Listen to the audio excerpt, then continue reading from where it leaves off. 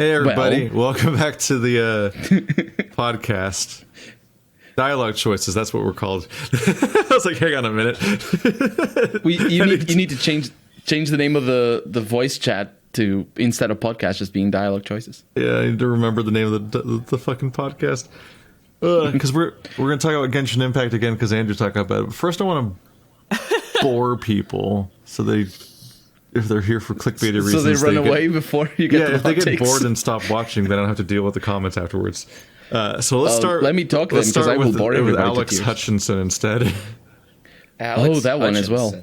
Our other topic that we had in mind for today.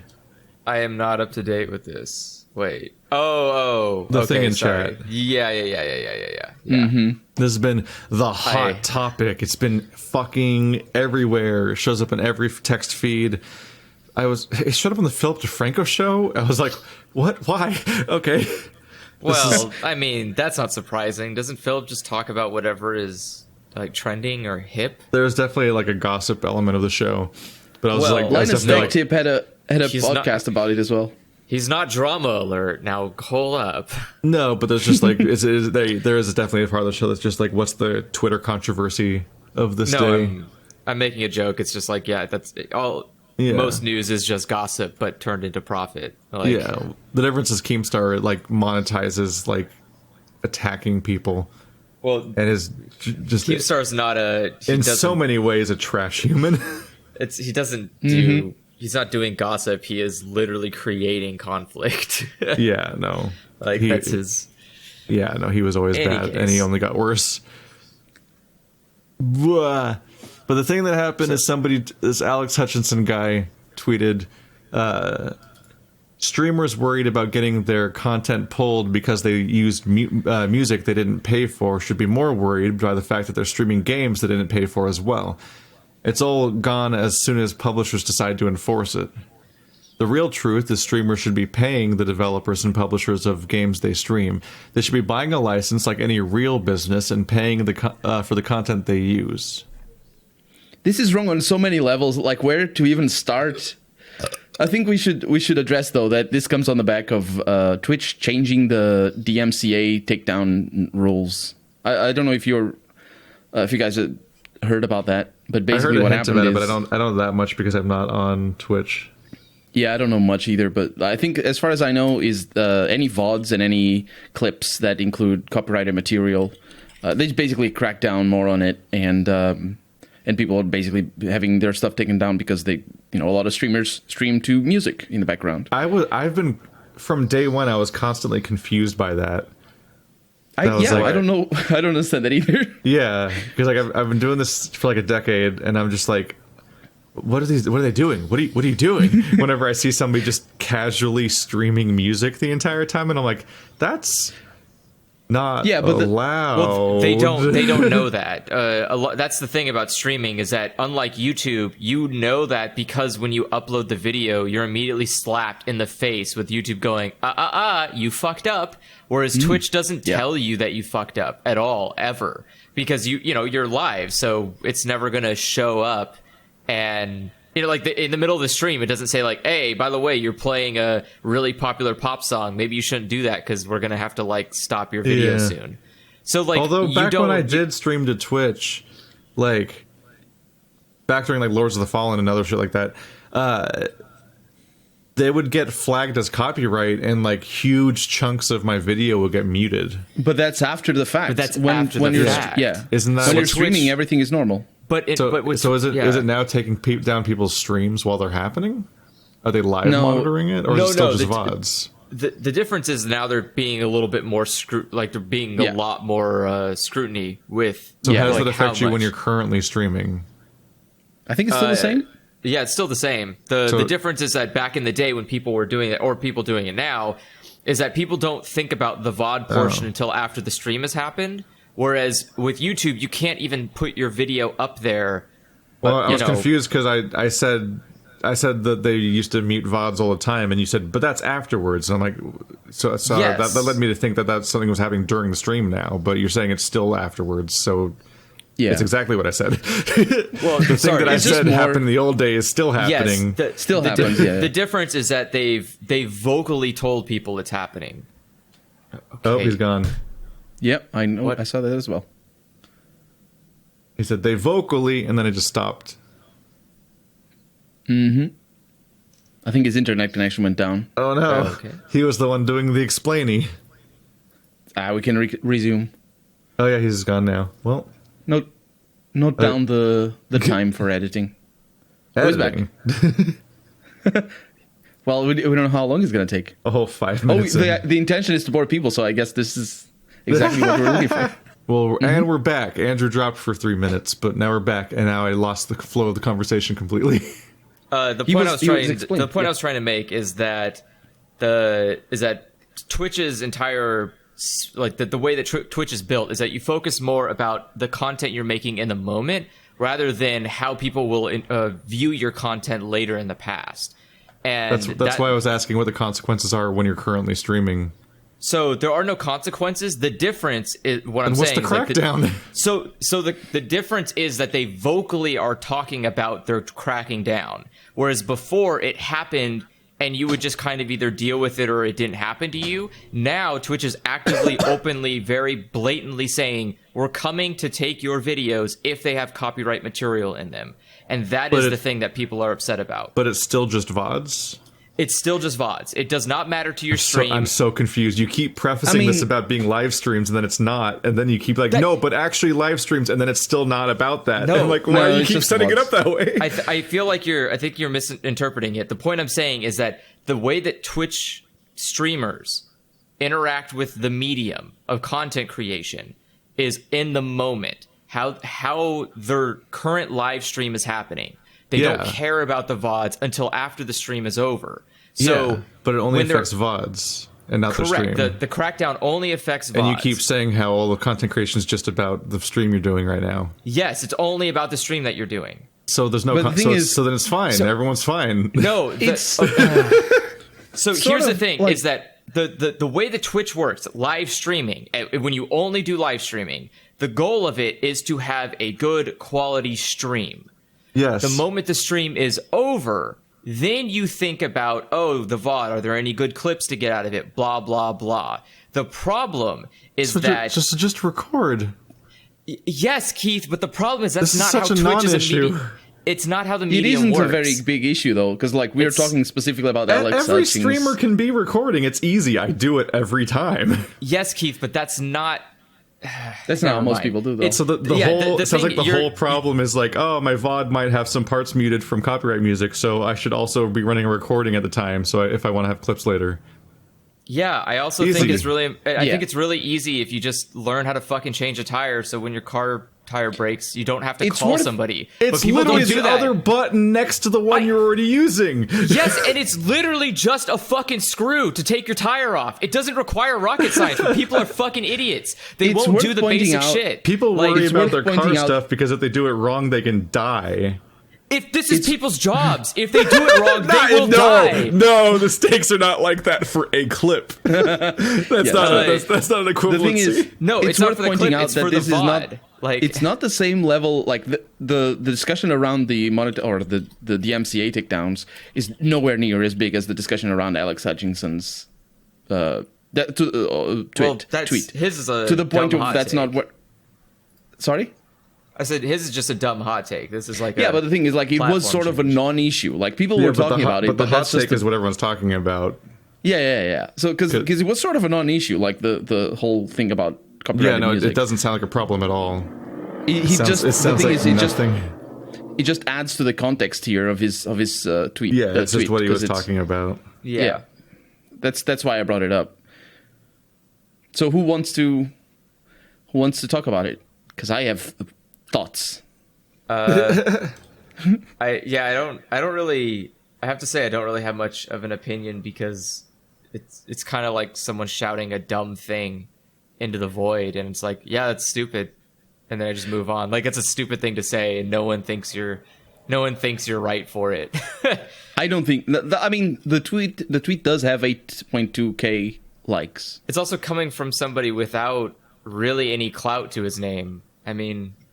Yeah, It's not like he's not like some important congressman who's changing copyright law. He's not. He's a guy that worked. He's a guy that worked on Journey to the Savage Planet. he works on what? He's an executive, basically. He's a creative director at Montreal Studio.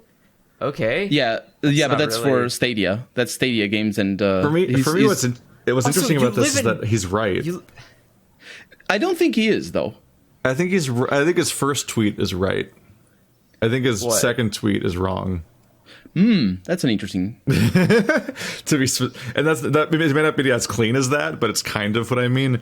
My point is that, and this is like a controversial thing sometimes, but it's like I think sometimes people warp reality to fit what is convenient to them or the narrative that benefits them, and not necessarily what is technically true. And when I was thinking about this stuff, I always think about like, I'm a Let's Player. I do commentary over video games, but the more I look at it, the more I'm not really convinced that actually that Let's Plays are protected by fair use. Like, I don't necessarily think that they are. Not. I think it's kind of. They are. Yeah, like I think it's kind of a thing people throw up there because it's convenient to them, and it works out of reality. But in reality, Let's Plays are like are a completely untested legal gray area that has been willfully untested by the people that could be enforcing any of this. I think by the nature of it being an interactive medium, it cannot be, it does not fall under it falls under fair use. Because it probably depends on the game. Because you have changed the media by the way you interact with it on top of your commentary. No one else can have the exact same experience you do. That's not what fair use means. But yeah, I know, but I'm saying that like you're not. That's important though. It's not what fair use means. Okay, fine. Give me a second. Let me bring let me bring that particular argument about whether it's protected or not into a more immediate realm. What do you do, Keith, when you want to Let's Play a game? I personally contact the developer, or if I can't contact the developer for some reason, I actually look up to see if the developer publicly allows people to stream. Every game that I play on my channel and on Twitch, I either got in contact with the developer to ask for a key or for permission. Sometimes I already have the game and ask for permission. Or I know a lot of developers publicly, they even have a page specifically for that on their website. So I think even if it isn't covered by fair use, I think it's still our obligation as streamers and Let's Players and YouTubers to get in contact with the copyright holders to ask for permission, even if it is fair use. Because not only are we monetizing it, we're also like, I think that's just common courtesy, really. So let alone all the implications of the law. But I don't know if you do that. But the thing is, I think a lot of people don't do that. I think a lot of I'm like, that's streamers. I hear that. I'm like, that's impressive. I definitely don't do that. I'm busy enough that I'm like, I definitely had paranoid shit early on where I when I first got monetization activated, I definitely was like checking like, is it okay with the Witcher people and like things like that here and there. But I like, it's so consistently an accepted thing at this point. That's true as well. Yeah, that it felt unhelpful at some point, but also like expecting people to get back to you in many cases is like, when you're a small channel, is like not even feasible in many cases. It felt like, but do you? No, I definitely just stopped. I don't do that at all.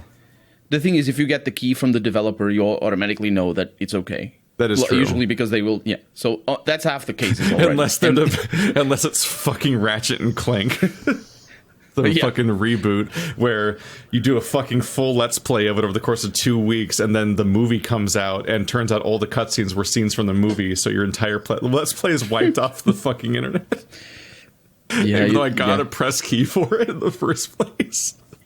Well, remember, a press key does not mean you're given access to Let's Play it.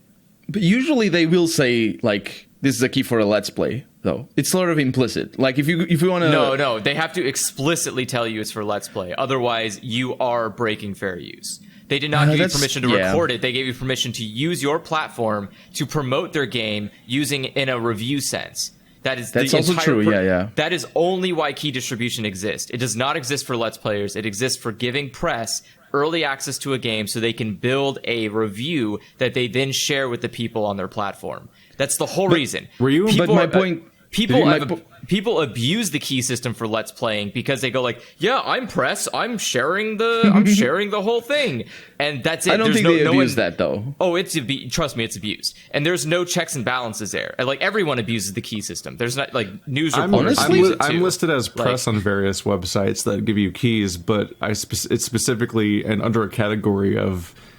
In my case, I think the category is streaming because Let's Play is literally not an option, but streaming is functionally the same thing in many cases. But did you imply that getting a key in a certain way makes it fair use or not? Like, you said fair use in a weird way during that thing, and I was confused by that. Because fair use has nothing to do with how you're given... Like, fair use has nothing to do with permissions. But was it me or was it Andrew? That was me. Sorry, I didn't mean to say fair use. I was like, hang on a minute. What I mean is, if you think about it in these terms, then there are things that we as streamers and professionals and people who gain money with this, there are things that we have at our disposal to look after. You know, in terms of either permission or a relationship with the publishers, and it's not a guarantee, because even if we get a permission today, if they say, okay, you need to remove it like in a year, it doesn't matter that they gave you the permission; they can revoke it, and you'll have to remove it. And you're powerless in that exchange, regardless of what is determined to be right or not. The way that the YouTube system works is that they can pretty much just take things down because they feel like it. Yeah, because any channel that's like given the power to like essentially moderate other channels. I'm not entirely sure how their accounts work, like what kind of account they have and what its rules, like its mechanics are and its interface and shit. But I'm constantly at the mercy of things that are just like, yeah, just fuck you. Like, I still haven't gotten my Vampire the Masquerade Bloodlines playthrough back. And it's like, it's been a year now. And I sent another appeal in for another one of the videos where in it I'm like, hey, can you please release this, but also all of the ones on my channel? Because you've literally declined some of them, even though, like, at the time that this was happening, it immediately came up that this was a mistake and it was reversed, and they stopped claiming new things, but they didn't release the ones that they had claimed. But you have to manually request them, but they only get around to it sometimes because, like, who knows who's running that account and whether they're paying attention or not. It's a whole thing. It's just it's an experience. But for me, where the reason I got comfortable just going for it and just moving on with my life was that, one, oftentimes the communication channels aren't necessarily even there, but the big thing was consoles. Sharing mechanics got so built into most of the gaming platforms as a de facto thing that at some point it's like almost it feels like at some level, like, by agreeing to put your game on this platform, you're agreeing to it being streamed because that's a feature of that platform. And so, like, every random layman who is not in any way making a job of this or whatever is just already casually streaming to, like, their one or two friends, and then that's a public VOD on the internet, and that's just a thing all over the place on both YouTube and Twitch and so on, and also on a PlayStation's whatever its weird video ecosystem is that you view through PlayStation. Where I don't remember if that's community hub.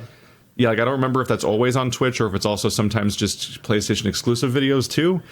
I don't remember how that works, but it's both. Like one of the most, well, not even one of them. Like, basically the most popular controller of this console generation has a share button on it that streams video. Like, at some point the fucking seal broke and it became the de facto landscape of everything until something changes it. I'm not saying that makes it. I'm not saying that made it so that it was then officially and proven to be legal. I'm saying it just made me stop worrying and just kind of go with it. Yeah, I think the world definitely has changed since we started. Like, especially since you started. I started in 2015, but even since then, things are a lot more like everybody. Like, I think I started in 2011, and I think the PS4 came out in 2014. And that's that changed the landscape a bit. Yeah, that's the concerning thing, though, is that things have only changed culturally, but nothing has actually changed legally. Like, even to further reinforce that, in the PlayStation's case, they literally launched with HDCP because of the other stuff. Like, there was like, oh, they're going to pirate Blu-rays via recording, even though that's the least efficient way to do it.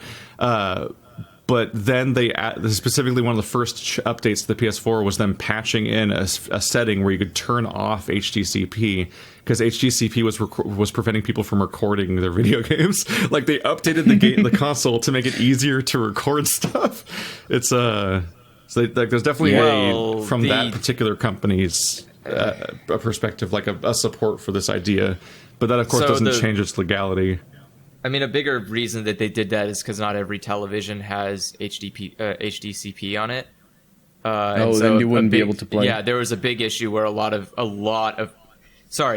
there were a lot of people in China who had knockoff televisions that could not use the PlayStation, and it was such a big problem that they needed to add a way to turn it off, because otherwise these people could not use the system. It's sort of interesting that it's the PlayStation to do that, because the PlayStation 1, a large part of its success was how easy it was to pirate their games. I mean, Sony's always been fairly easy to pirate most things for Sony. Their openness to just sort of like making it easier makes sense. I spent the last week trying to find a legitimate Wii that worked and could play GameCube games, and half the ones I got had like a homebrew bizarre, like I'd like hook them up and turn them on, and they had a bizarre like custom theme and a bunch of pirated games from other consoles on them and stuff, and I was like, huh? Yeah, I just want to play Eternal Darkness. Yep. But yeah, no, I mean, I think the whole thing about Atlas and what they do with people who let's play their games, like, they do that because they legally are allowed to. And they have every right to. Like, they are in the right. Everyone but they also do that because they don't know what they're doing. Like, they literally don't understand the benefits of having people play their games on Twitch and on YouTube. Or they just don't give a shit. And they don't have to. They legally do not have to give a shit about No, they don't. Yeah, I'm not saying that that's illegal. I'm saying that I think that if they understood the medium, and when I say medium, I mean the streaming medium and the Let's Playing medium. If they understood it, then they wouldn't do that. I think they understand it. I say that as a streamer and as a Let's Play. And I think they don't give a shit. Like, they're a company that have completely different values from other companies. Like, Atlas, the way that Atlas approaches their games is just different. And they don't think that the way that people play the games online is in line with the way. And it's like, I don't agree that shutting down channels is okay, but that's YouTube giving them that power. Atlas doesn't have that power themselves. Think about all these issues, and now you remember you said he works at Montreal studio. He actually changed Alex Hutchinson. He changed his bio because I think he was bringing too much heat onto Google and Stadia, because he works as a creative director for one of the Google creative studios for the Google Stadia. Oh yeah, I did originally say Stadia. And people are responding to that. And now think about this issue in regards to, like, it's like he's literally throwing stones with his glass roofs. No, he's not. He's not throwing stones at all. What are you talking about? The thing is, you buy a game on Stadia, and if the copyright holder decides to not allow you to stream your own game over on their service, then you stop having access to that game. Yeah, it's very much like it happens with Steam. Does Stadia work that way? Yeah. Stadia. Yeah, it's because you can't download anything locally. What? It's a game streaming platform. Literally, that's in the bylaws. It says that's a different use of the word stream, though. No, the thing is, you're still streaming the game. Yeah, but I mean, like, when we're talking about live streams, we're talking about the idea of, like, it's like the equivalent of, like, I'm showing this movie to a home theater of people, and they're like, you can't do that once there's like 5 people or whatever. It becomes like you need a theater license or whatever. Stadia is no different. Just getting a video stream to yourself as a delivery mechanism of the game is very different from streaming to an audience, even if they both use the word stream. What I'm saying is, though, that I don't feel like that's a contradiction at all. No, what I'm saying is that they're at the whims of the publishers as well. And I think not only are they as Google at the whims of the publisher, they're at the whims of whether they just sell the game on their platform. I think everyone's at the whims of a publisher. Is Google Stadia lifting from a different library, or are people opting to specifically sell their games on the Stadia? Because if they're opting. Yeah, if they're opting to sell their games in the Stadia, they don't have to worry about, like, somebody revoking the rights to streaming. Like, that's not what that means. No, they can revoke. They're selling it on their platform. Imagine, okay, so here's the thing: you could be anti-Let's Play streams of your videos, but still sell your game on a streaming platform. That's not the same. What I mean, though. Then what do you mean? No, what I mean is Let me give you an example. For example, Yeah, let's say this happened earlier with this happened very early in the console's life cycle. I think it was Bethesda. They sold their games over, like, it got resolved, but basically what happened is you bought, like, Doom, for example, over on Stadia, and then Bethesda decided, nope, we're not selling Doom on Stadia, and you had already bought Doom on Stadia, but you couldn't play it because the Stadia wouldn't stream it to you because they didn't have the rights for it. So and it's basically the same as, imagine you buy Doom on Steam, and if Stadia Bethesda doing says a bad job at making an agreement. That's for sure. That's a for whole sure, other topic. That's like if they stopped selling a game on Steam, then you couldn't play it on Steam anymore. It's like that's specifically not how Xbox and PlayStation and Steam work. Like if you bought a game and they take it away, you get to keep it still. Not always. With what? There are games that disappear from Steam and you can't download them anymore because the publisher has total control. I mean, I think there's only like a couple, and probably I've games, never heard of that only happening. Like I have games in my Steam library where their store pages are gone forever, but I can still play them and download them. And I've heard. I might be wrong on this though, but I could swear I heard from games that specifically there was like an ongoing thing where they'd be like, oh yeah, these games are going to get delisted on the Xbox 360 network thing because the licenses are expiring for their music or their characters or whatever. But if you bought them, you'll still be able to download them forever. You just can't buy them ever again. I think I still have like Marvel Ultimate Alliance when Disney took over and then it got wiped off of all platforms. But if you had the digital copy, I think you could still download it forever. Yeah, that's usually how all these stores work. That's why it's really fucking weird if Stadia bungled it so hard that different, though. People's purchased games could be vanished. But I think again, that's like buying a book and having it get deleted from your Kindle because it's no longer for sale. And it's like, excuse me. That happens as well, doesn't it? Yeah, that does. I heard that via the Omegaverse video. Yeah. There was a DMCA takedown of that person's book, so they fucking took it off of people's Kindles. It's like, wait. You already sold that to them. You can imagine why this is such a complicated stance for him to take, because he's literally working for a company that is at the whims of the publishers themselves, and their clients are at the whims of the publishers. Is that the whims of them? But I feel like it's. I just don't feel like it's a really direct comparison. I feel like they're different conversations. I'm just saying the position of the different companies and how they relate to each other, or rather, not the different companies, but the situations are similar enough. I feel that that argument could be made for both sides. They're different, especially since we're talking about streaming, but two different types of streaming.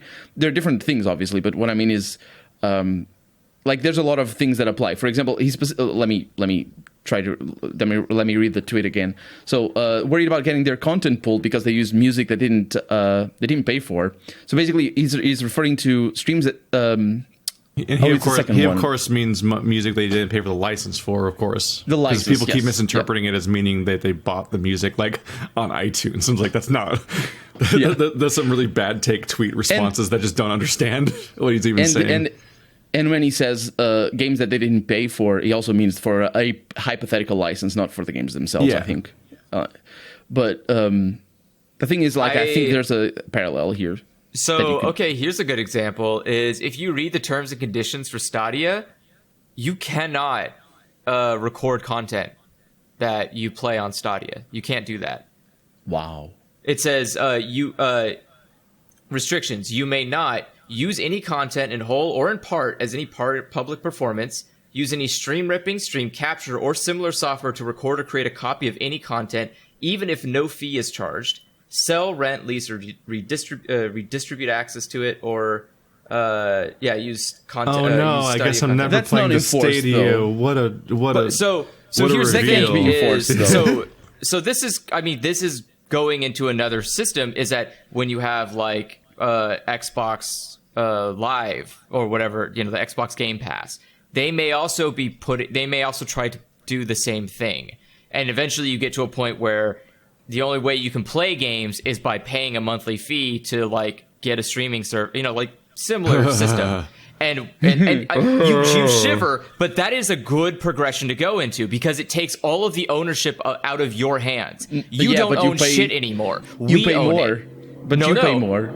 Yeah, as a client, you pay more. Yeah. Oh, absolutely not, because you're only paying $9 a month for access to hundreds of games, rather than paying $60 for No, it doesn't bunch of matter things. because like a console costs 2 years worth of subscription, and if you are subscribed for the entire lifetime of a console, then you know what I mean.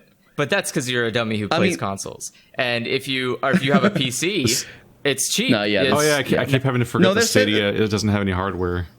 Yeah, Stadia has no hardware. It's just a So service. like, it's just a service. But but that's what I'm saying is I think that is the part he's talking about. I think the point he's making is that he's trying to say that people feel like they have ownership over the thing that they bought. Oh no, there is a Stadia game I want to play. Fuck. I don't think that's what he's trying to say, though. I thought there was no Stadia games I wanted to play, but I just remembered Orcs Must Die 3 is a Stadia exclusive. Too bad for you. Can't play it. No. That can't be enforced. I've seen benchmarks. I've seen videos of people playing on like from big channels, Which is fine. People can break the law, and that's true. It's completely okay That's to true. do that. The difference is that when their account gets completely demolished, or Google owns YouTube, if Google goes, oh wait a second, no, and just deletes it from the internet, you can't complain. You can't go to court because they say you literally accepted our broke terms and the conditions contracts. that say you cannot record this shit. And if Google is saying that about their own software when they own YouTube, that's the indication of like that's where they want to. That's the future that needs to happen. In the eyes of a publisher, I will say that I think I'm very much of the opinion that the subscription models are made, or they're made in a way that they masquerade they mask the price that you ultimately pay, and that happens with Spotify. That happens with Netflix, any subscription service that people subscribe to. You pay so much that you would not accept as a payment if you had to pay it up front. I don't know about that. That is a little bit rough. Like, because I would argue go I've gotten more out of my Spotify subscription than I would have if I bought an album for every single person I listen to. Because I've listened to at least double the amount. I'm not saying that what you're getting. I'm not saying that what you're getting out is not, worth the price. I mean, in many cases it isn't, because there's a lot of situations where people just have to subscribe to a bunch of, or to one specific, like for example, I don't know, you want to watch whatever Witcher. Where's Witcher? I don't know. The Netflix. Is it Disney Plus? Netflix. Okay, so imagine you just want to watch Disney stuff, and then you also want to watch The Witcher. You are gonna have to pay for Netflix even for a little bit. But so it people don't have time to get the most out of all of their subscriptions, especially when they have multiple ones. You can do free one is trials. just one, it's fine. But the thing is, seriously, you can make a fake email account, go down to the store, buy one of those prepaid Visa cards, use it to pay for sign up, because you have to put in a credit card, give it the prepaid card, and then when you're done, use the card somewhere else to make it go away, and then just go buy a new one if you want to set up another 14-day trial. There's tons of ways. Trials. There's tons of ways you can just abuse free but trial systems. What I mean is the subscription is an easier way. I think for a console, it's a very good example for just as a thought experiment. Like, a console costs $500, and divide that $500 by, let's say, 2 years, and that would be $20 a month, more or less. Just now, ask anybody if they would want to pay $500 for a console, or they would pay $20 a month for the same service, because that's what Stadia is proposing. And especially for people who are either getting into gaming, or maybe they're getting the console for a friend, or for a family member, like a kid or something. I think the appeal of the subscription is there because it masks the price. It doesn't mean that you're not going to pay it, especially. I mean, I don't know if, especially if you have contracts where you have to continue paying it for a year or whatever. But it doesn't mean that you're not going to pay it. The point is, it masks the price, and especially if you're going to continue paying for it for the rest of your life. If you come from a place where rest you of use your life, what? For the rest of your natural life. Aren't you going to watch television for as long as you're interested in it? And do you have plans of stopping watching television? You know what I mean? And it's like video games. So I buy a PC. I don't want it to break in the next 5 years, and that's way beyond the price return of a subscription service. Is what I mean to say. I don't live this style of life in your example. I only pay for the things that I use, and like I cancel a streaming service the moment I don't need it anymore, because I can just go back anytime. I don't need to. So, but that's not what you're sort of like, you are sort of gaming the system, because they're not made for that. The subscription services are made so that people can. I'm pretty sure that's what they're made for. They're made so that you could, that the incentive is that you can sign up and get rid of it any time. The difference is that normally you are supposed to, as a consumer, feel like concerned about quitting, because then what if you need it like a month from now and you don't want to go through the hassle of setting it all up? I don't give a shit. I'll go through the hassle. That's why I say you're gaming the system. I think the hope is that each platform has enough content that you don't want to unsubscribe because there's something to watch still. Yeah, that too. But yeah, which is something that's for me has only ever been true of Netflix and no other platform. It's always like, you always like watch the 2 Hulu shows you wanted to watch, and you're like, all right, so that was my experience with Hulu as well. Yeah, that's what like the only streaming services I pay for is Crunchyroll and Funimation. That's it. I don't need the rest. My family pays for the rest because they want to watch weird shows for some reason, so they do that, and I just piggyback off that. But if the rest of my family died and no one paid for Hulu and Netflix, I wouldn't. That's how they will play. That's what I'm saying. They're paying for the rest of their lives. Netflix. That's literally the only way I could lose it is because I'm not like, there is no reason for me to ever buy it. I can't get anything out of Netflix, because anything that Netflix has, I can just go fucking steal for way less of a hassle than it would be to go on Netflix and browse to the thing I want, figure out, I gotta wait for 6 months for it to come out of Netflix jail, so then I can watch the anime I want to watch, because this is why it's made. Or I can literally just go to one website, click download, and watch the fucking thing right now. Like, I'm not going to do that. I'm going to pay for the services that offer me the thing that I want to watch now. And there are services that don't do it, I'm not going to pay for it. Like, but that's not the hope of the people who make the services. And it's not... Then make a better product. That's not my problem. But, like, at the same time... When you're talking about so many people, it's not even about hope. Is they know for a fact that people will subscribe and forget about it. And again, base their service... I know it's not like what I'm saying is you guys are arguing trying past to each argue other. against. Yeah, sorry. I said you're arguing past each other. You're making two different points. I'm not trying to argue against the way you use it. I'm trying to warn people, and I'm trying to sort of argue against Stadia, because that's what I'm trying to argue is, like, I don't see a problem with it. Because for yourself, though. But for anybody can do the method that I'm doing. It's not. It's not like it's. But the fact that they can do doesn't mean they should. Why? Because if you're only playing a game for like an hour a week, paying for Stadia is not beneficial, right? Yeah, agree. That makes sense. If you're only going to play like one game a month, it doesn't make sense to pay. Well, I guess it does, because you could pay $10 for the month. Yeah, it depends on the situation, and then go do something else. It depends on the situation, obviously. But the thing is, I'm saying is, I'm so confused how we got here. None of this has anything to do with fair use. No, yeah, that's true. Yeah. I'm sorry. We're sort of like circling around each other's spiral argument. down a streaming thing, because then we're talking about how you get your content, and the fact that the way you get your content in the future may not be viable for Let's Playing, because contracts may make it so you can't even stream the content you're getting. And I just think it's such a stark contrast between you having bought a Sega Genesis in 1993 and having Sonic 2 or something in there and still playing it today. You can go back and play it. You have the hardware. But in comparing that to a volatile thing that Google will for sure shut down, I can promise you that Stadia will die. That's the terrifying thing about games being streamed, is that it's games as a service, but every game as a service forever. Yeah, and the moment that service goes away, those games literally don't exist anymore. Just like many, many, many phone games, where it's like there's like the really depressing lists you can see of like the most popular and beloved phone games of all time, and how like 80% of them don't exist now. Wow, Keith, you figured out why Andrew Jackson hated banks. Like Infinity Blade. Congratulations. Infinity Blade's just gone. Yeah, that's just so weird to think about.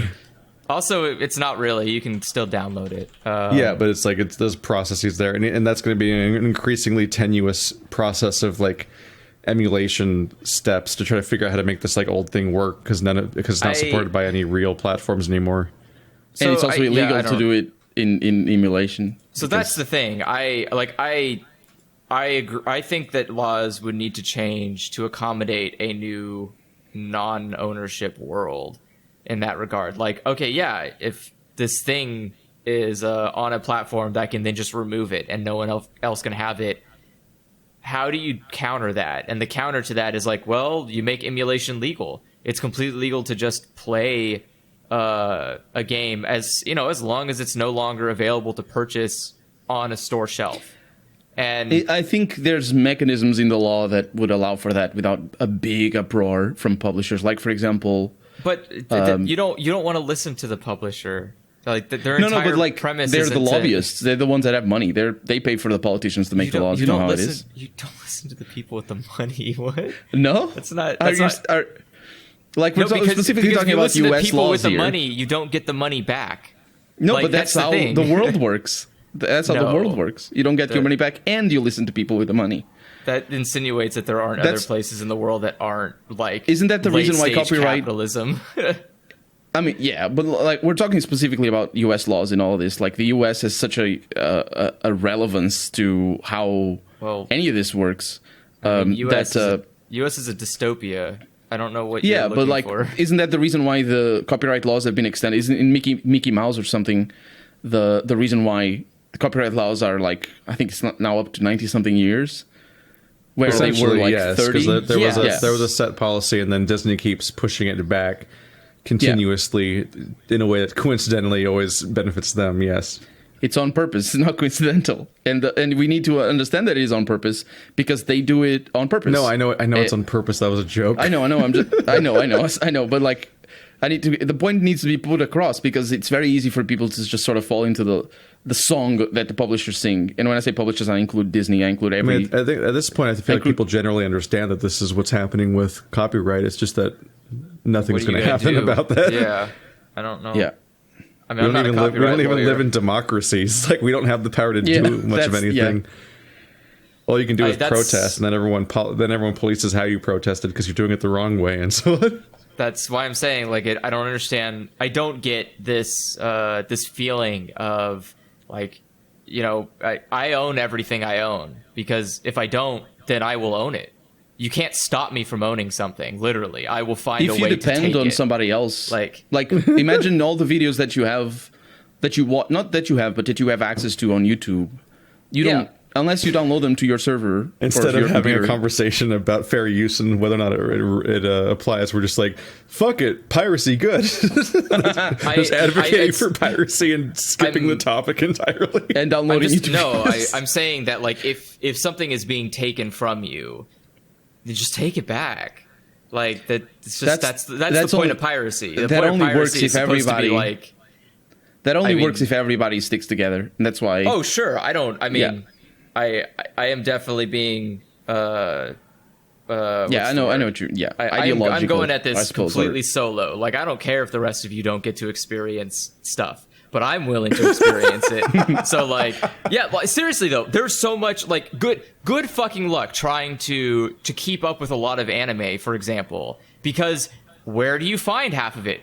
Where do you find it? Where do you find it OVA? Well, you got to hope that the streaming service gives that OVA to you. Well, will they? Probably not, because there's no incentive to do it. Why are they going to do that? You have to go and do it yourself now. Go buy the DVD, go watch the OVA, and then maybe go find a translation online. Not our problem. And so, or alternatively, I know exactly where I can go to get a copy of that OVA and subs at the same time. But let's bring it back. Like, let's bring it back to this, because we're like, the way YouTube and Twitch works. We're like an hour in. We got to course correct to the original premise and even start to answer it, because we really have. You're right. Just bring it back to this. I think you guys get into like a feedback loop. That's just my fault. We need to go for it. when we have a YouTube channel or a Twitch channel, we're always working with those. We're never working outside of the system. So if a law says that this is why it's important to to talk about. Yeah, there's no like nuh-uh clause when you get a DMCA takedown, and you're just like, no, I don't believe in those. So I have a deviant rule system that I follow by, and this is a yo-ho. I was like, no. I'm thinking about like products, not content. Let's read an article to the audience, because I feel like a lot of people don't actually know what fair use even is, or they only know it in a really vague way that's been warped to better benefit the people that benefit from saying everything is fair use all the time, in a way very similar to like when I was on the early internet. You'd always hear like, no copyright infringement intended. And it's like, that's not how anything works, sir. What do you think? What? You can't just like you can't just like wave away copyright infringement and be like, but I read a Facebook post that if you put that in there, then it will avoid copyright litigation. It's so good that sometimes it's not even copyright infringement intended. It's copyright intended. No copyright intended. Sometimes people say that. So you were going to read an article? fairuse.edu/overview/fair-use/what-is-fair-use. Link in the description. If I remember. Can you post it on? I literally searched fair use, and it was the first search result the first result is copyright.gov, which technically might be more useful, but I don't like the formatting of that page. What is fair use? In its most general sense, a fair use is any copying or copyrighted material done. Any copying of a copyrighted material done for limited and transformative purpose. So first off, we're already in a problem here for Let's Plays. It says limited and transformative, meaning not just the whole thing. Purpose, such as to comment upon, criticize, or parody a copyrighted work. Such uses can be done without permission from the copyright owner. In other words, fair use is a defense against a claim of copyright infringement. If your use qualifies as fair use, then it would not be considered an infringement. So what is a transformative use? If this definition seems ambiguous or vague, be aware that millions of dollars of legal fees have been spent attempting to define what qualifies as fair use. There are no hard and fast rules, only general guidelines and varied court decisions, because the judges and lawmakers who create the fair use exception did not want to limit its definition.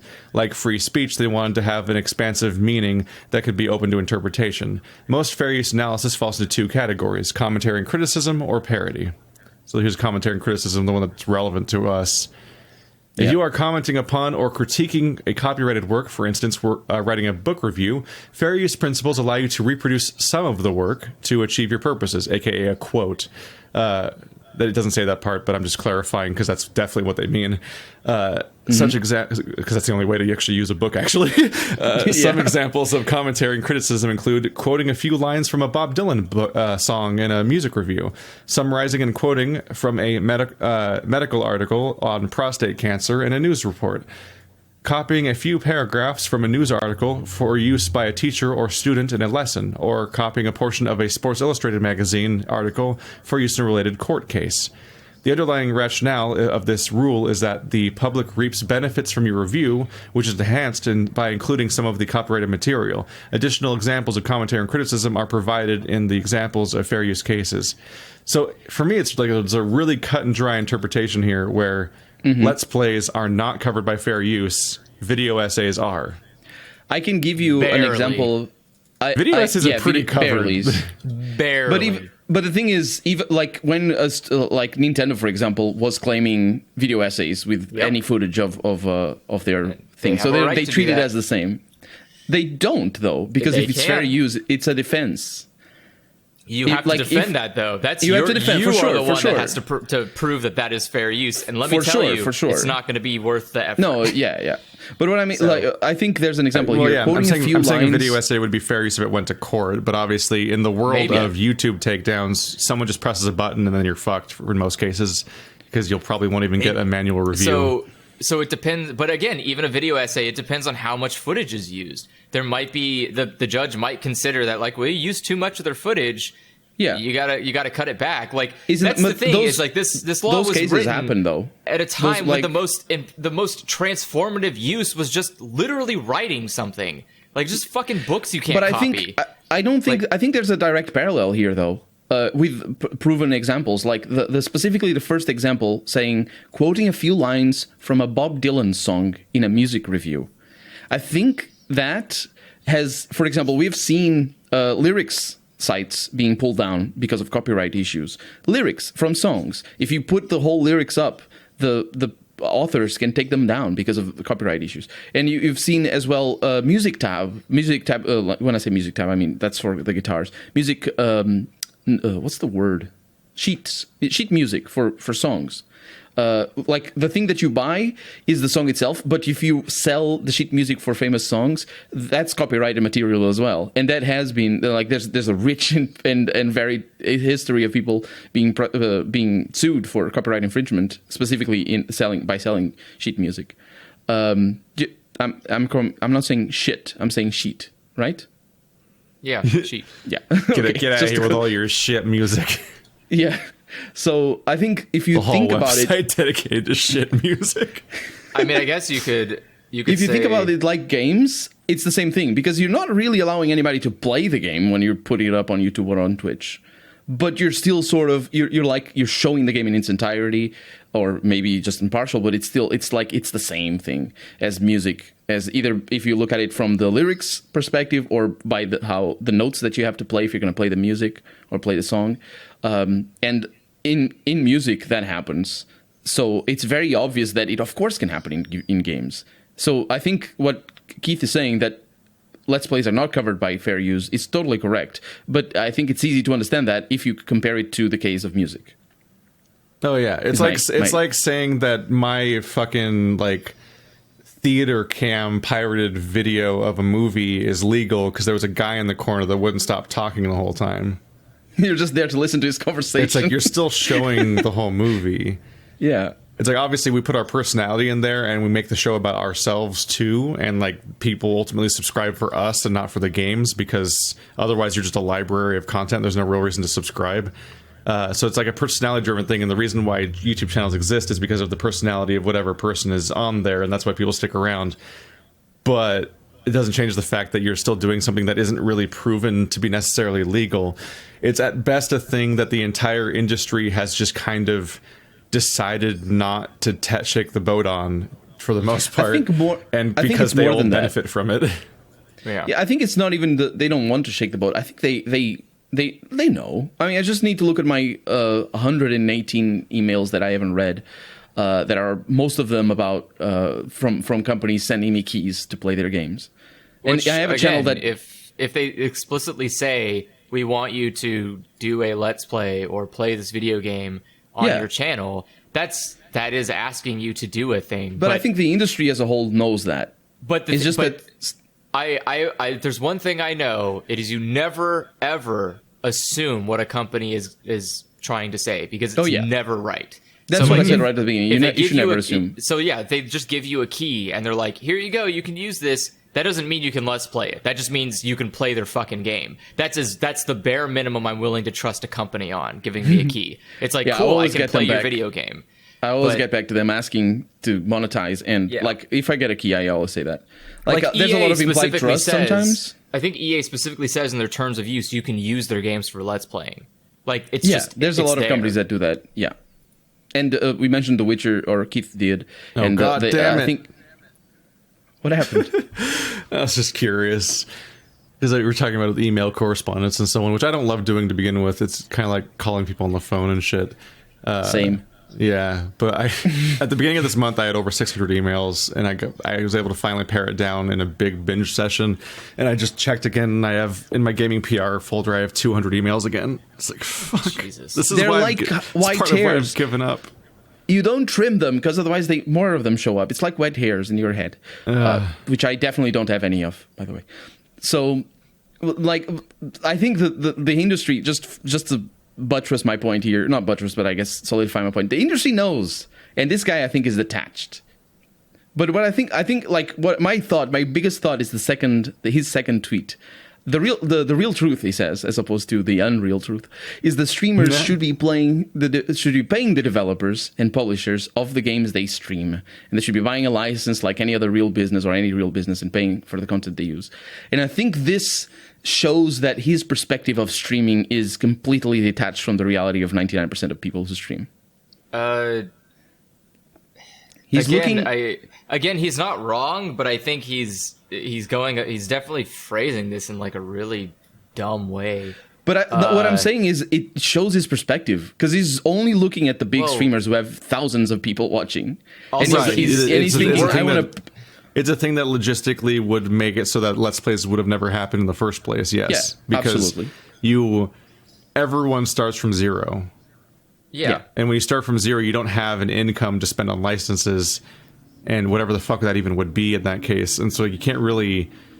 and if it came into practice now, that would mean that like no new channels would come into existence because no one could afford to start streaming because they need to instantly make enough money from each thing to do the thing. Like even at my level, like especially if you don't have Patreon, like at my level, even my margins are thin enough that if I paid for every single game via some kind of license fee, that's probably significantly higher than obviously buying the game.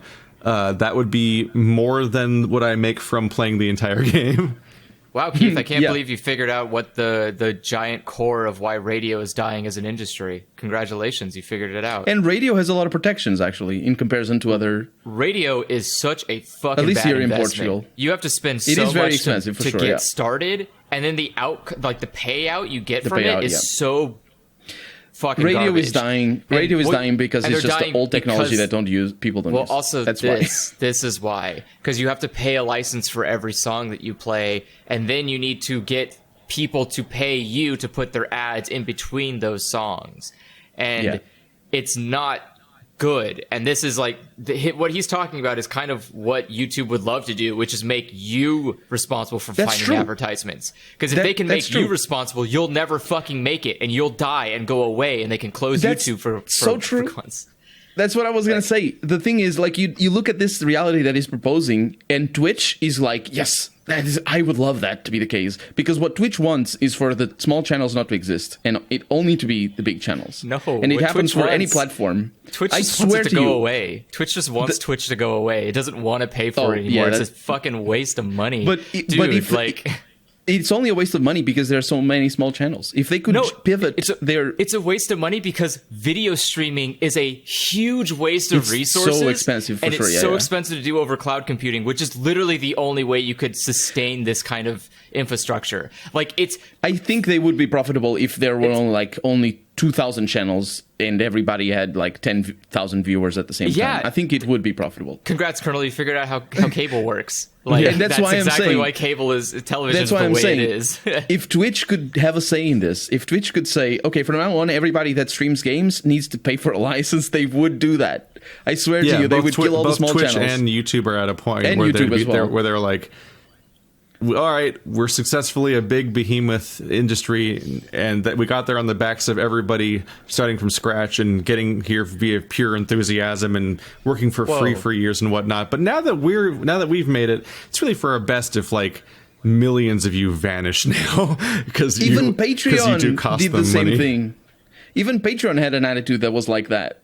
They do you remember when they started to change how the small payments worked? For €1, I think. I don't think the Patreon was the same topic, really, because I don't think they really have the same kind of hosting costs, where I don't think... But that's what I'm saying. Even Patreon was just being scummy. Yeah, Patreon inherently scales, so it doesn't really matter if you're a small creator or a large creator on their platform. Instead, it was that they were just trying to find a way to recontextualize the math behind charging so that they can just make more money from it and hope that nobody noticed that they were making a change that hurt everybody but them. That's why I'm saying they have the perfect case scenario where like they got the gig going. It's amazing. All they have to do is to stop being under capitalism, it's never enough to just sit at the thing that's working right now. You always make the next step of how do I extract more while not necessarily spending more or contributing more or actually offering any more features? How do I just find what can I get away with? That's the whole system. Absolutely. So that's why I'm saying this is scary. This is scary stuff, honestly, because it is a possibility that. I say scary as somebody who makes videos, obviously, and certainly as somebody who watches them. I find small channels that I enjoy a lot every once in a while, and and you can see that they don't have the experience, they might not have the chops, or they just don't have the time to put out content as I would want it, or they don't finish the Let's Plays or whatever. But the small channels, I think, for somebody who watches Let's Plays are where it's at. And there's so many tiny channels. Like, I made that video recommending all those channels that are smaller than mine, but like I've been thinking of potentially doing a second video because I have so many more that because I didn't even try to actually go through my subscriber list when I did that. I know so many more channels. I mean, so it's really, I feel really rough because I know enough about tech that I can't really give an opinion that's fair because I'm coming from a place with more knowledge. But I think it's stupid that people put all their eggs in one basket. I get it's convenient, I get it's easy, but relying on a company to host your video has always been a really dumb thing. Always. I think it's only a dumb thing. People are just starting to learn that now when their like livelihoods depend on it, and they're like, wait, this giant company can just end my career if it wants to, and that's kind of scary. The problem. I think that's the problem. There's no laws, there's no protection for the end user, and those laws could exist. If like Europe has a more good luck. Yeah, Europe has more of a little bit of a background in that, in making sure that companies are accountable and have more of a little bit of social responsibility. But don't get me wrong, it's not drastically different. But we could live in a world. We could live in a world where we put our eggs in all of our eggs in one basket, like Google, in a world with big corporations that still wouldn't have that problem. Like, it's not inherent to the system that it's dangerous to bet everything on Google or Twitch. No, I think it's possible to create a system like this. I think there are some things are like a grocery store is a good place to put all your eggs in one basket. It makes sense to sell all of your food and all of your products in one convenient location. It doesn't make sense to only live off of grocery store brand food. It makes zero sense to like, you cannot live unless you buy the specific company brand mac and cheese. Like, that's not good, because if you put all of your eggs into that, like, there are different ways that you could get yourself into a committed situation. The thing is, that's the difference, is that people are hosting video in one website thinking that because of how many people go to that platform, that is the draw of why it's worth the risk. But there is a way that you can take advantage of that platform and move people away from it.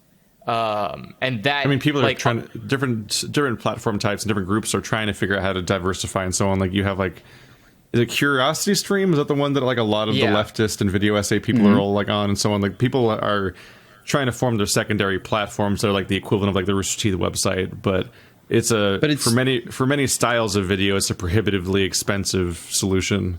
Oh, absolutely. Let alone streaming. You know, unfortunately, that's because, like, for Let's Players and streamers, you make so much content that you can't really afford to host it all yourself. But also, even if you did, there's no mechanism via which that website you made independently would ever grow. So you're still dependent on growth via YouTube and then trying to redirect them to somewhere else. And it's just not, it leads to not, and then you can't like convince anyone to go to your other website because they're like, but you're already on YouTube, I'm just going to keep watching you here. And it's like, people flock to large platforms and don't want to leave them too. And that's because consumers are dumb. Until you're Ninja or something, and then you're like, I signed a deal over here. You have to follow me. But and that's before you consider that if you want to make it dies. Haha, no. Then he pockets all that money. The thing is, the problem is that there's some businesses, and video streaming is one of them, that you can be profitable, or not profitable, but you can be in the black without being in the red at lower volumes of a market. But if you grow, you basically drive yourself out of the market because the expenditure grows faster than the profits. So the sustainability isn't always about the level that you're at; it's also your potential growth. And for video streaming, the more viewers you get doesn't directly correlate to the more money you get, depending on which service or what type of service you have. And Twitch has that problem. The growth of Twitch doesn't directly correlate to the profit that it generates for Amazon. And that's why and Amazon is just bankrolling Twitch because they bought it, obviously, but there's many reasons behind that. But it's a place that smaller platforms can't cope with. This is modern capitalism is fucking baffling in many ways because there's just so many companies that can just start up on an idea and then float on not being profitable for like a decade and be like, and in some cases they're like things like Twitter and whatnot. Like you have platforms that become like cornerstones of modern society because of their sheer amount of success and reach, and they still aren't turning a profit. And you're like Twitter how and does Twitch the world and YouTube fucking even work? That's true. Deception. It's so fucking strange. That wasn't the case with Twitch, though. Twitch was profitable. Twitch was profitable before Amazon bought it. It was called Justin TV for a few years. I always forget about Justin TV. Yeah, Justin TV. And I think it was when they started allowing people to become partners, when they had market solvability. What's it called when you're good with your solvency? I think it's I've heard. I'm not sure about this, so don't quote me on any of this. But I think that's when they sort of became okay, and that's when they started expanding. But that's the problem. It's that just because sometimes expanding is bad for you, and video streaming is one of those things, especially when you get feature creep and stuff like that. Because Twitch has so much stuff going. Well, the problem again is that it costs way too much to stream video to millions of people. And that's why Amazon bought it, is because Google has their own, and they're keeping it alive because they own their own server, like cloud server infrastructure. If Google didn't own YouTube, YouTube would have been dead years ago. That's why Mixer died. Mixer died just because Microsoft was like, I'm not paying for this fucking shit. This sucks, dude. No, but you also need to consider that it died because it was Microsoft's. Because if it were independent, it might. The thing is, like, they had to sell it because they couldn't afford to keep staying independent. I see. The Twitch did the same thing. Twitch is like, okay, we have like millions of people here. How do you profit? And Amazon was like, no, you're not. Profits for chumps. Yeah, we'll take that from you. There was no way Twitch would have survived without selling, and that's why they did it. They wouldn't have sold. There was no incentive for them to sell if they could potentially be making the YouTube money. The reason they sold is because they couldn't reach that. That's not a real thing. YouTube doesn't make Google's profit. Google is just a sugar daddy to YouTube. It just sits there and gives it money every so often, and in exchange, YouTube uses its entire reach to sell advertisements. But that advertisement money is nothing compared to like Google.com advertisement money. Oh yeah, that too. It's just like another. Think YouTube is now profitable. I remember hearing something about it like a year ago. I think YouTube Red did that. Yeah, I think YouTube Red was what finally tipped it over, which also makes them have a way of dealing with not only the bad ad prices that we all have to deal with, but also just a way of circumventing all the people using ad block is coming up with a subscription service and trying to come up with features for it that people would pay for. Yeah. And it's also another subscription that I was talking about before. Twitch has that too now, thanks to Amazon. They have Amazon Prime. Yeah. Which, by the way, talking about just confusing money and profitability, I'm just like, Amazon Prime is not very expensive, but it is very expensive. What are you talking about? It's not especially expensive, no. For any monthly service, it depends on how much you buy. It depends on how much you buy. I'm talking about I'm just saying the monthly price of Amazon Prime. As far as memberships go, Amazon Prime is a pretty cheap subscription. Because the yearly cost of it's like $119, and it's like it started at $100. That's about $10 a month, which is not very expensive. That's my point.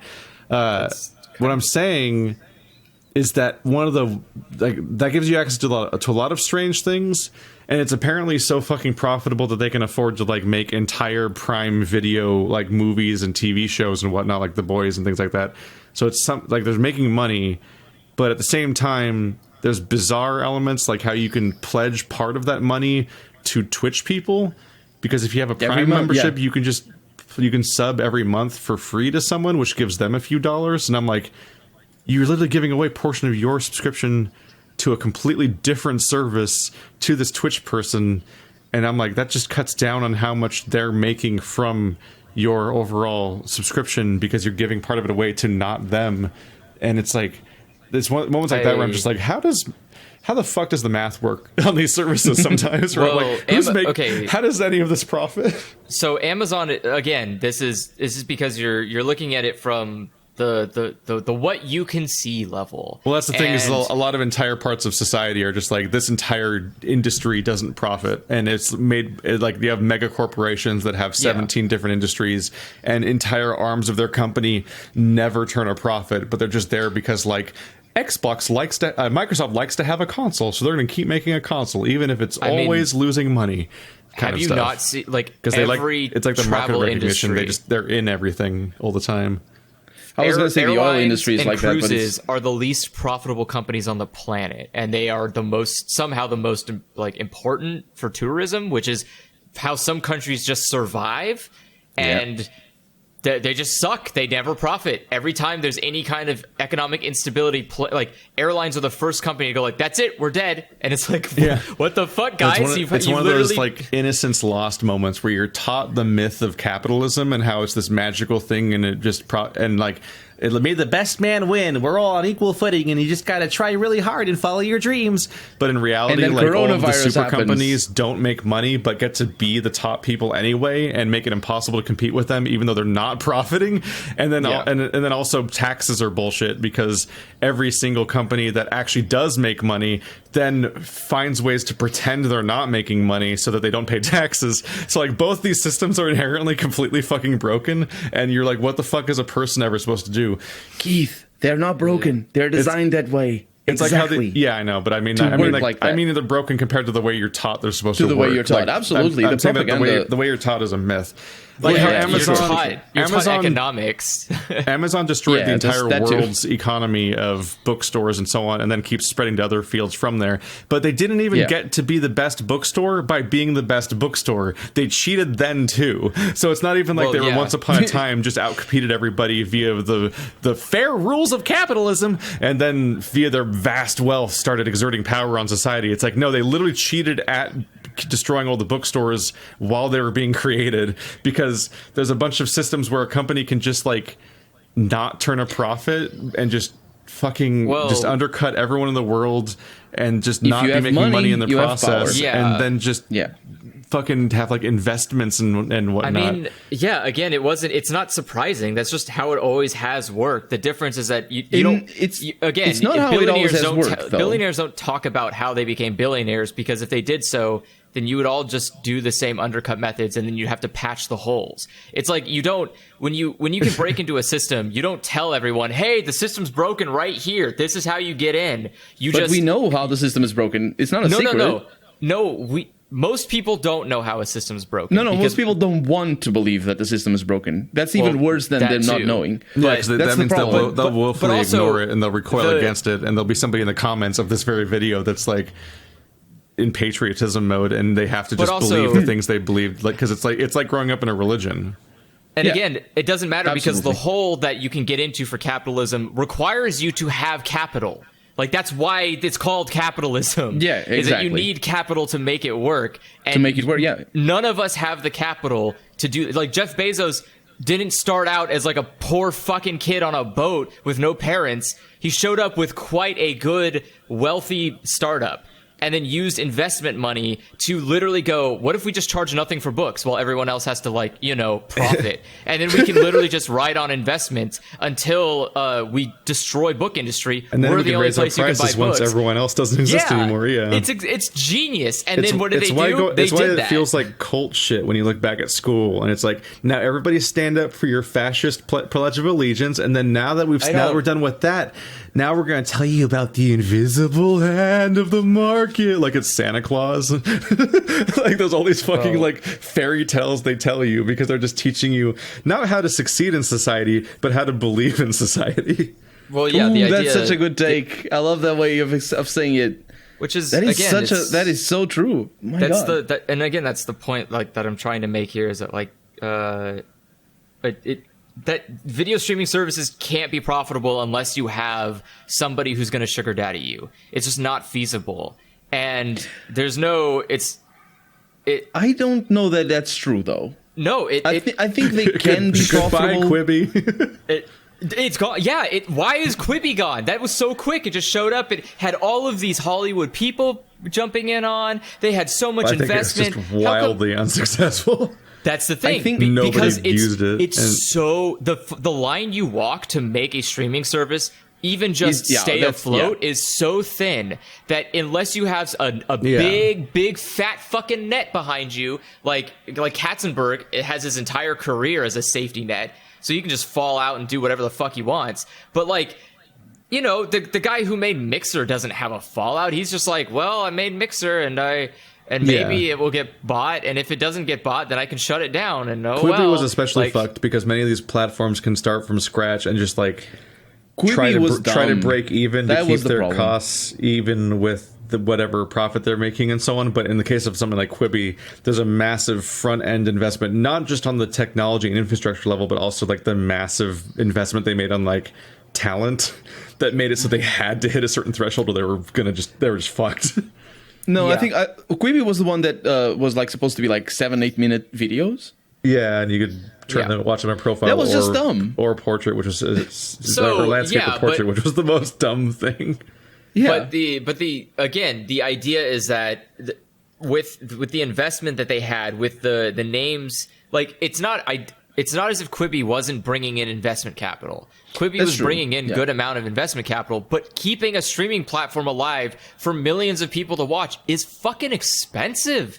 And even if you have good investment platform, you know what makes it a lot easier as well when you own the fucking cloud infrastructure, like Amazon or YouTube or like Google. Like both of them own cloud infrastructure. Microsoft was like, I'm not doing this. It's a waste of money. And Amazon and YouTube are just going to be making more numbers than we ever will. Yes. Are you sure they're not making it? Because Microsoft... Microsoft bought Mixer and then shut down Mixer. Yeah, but in regards to the infrastructure, though, aren't they...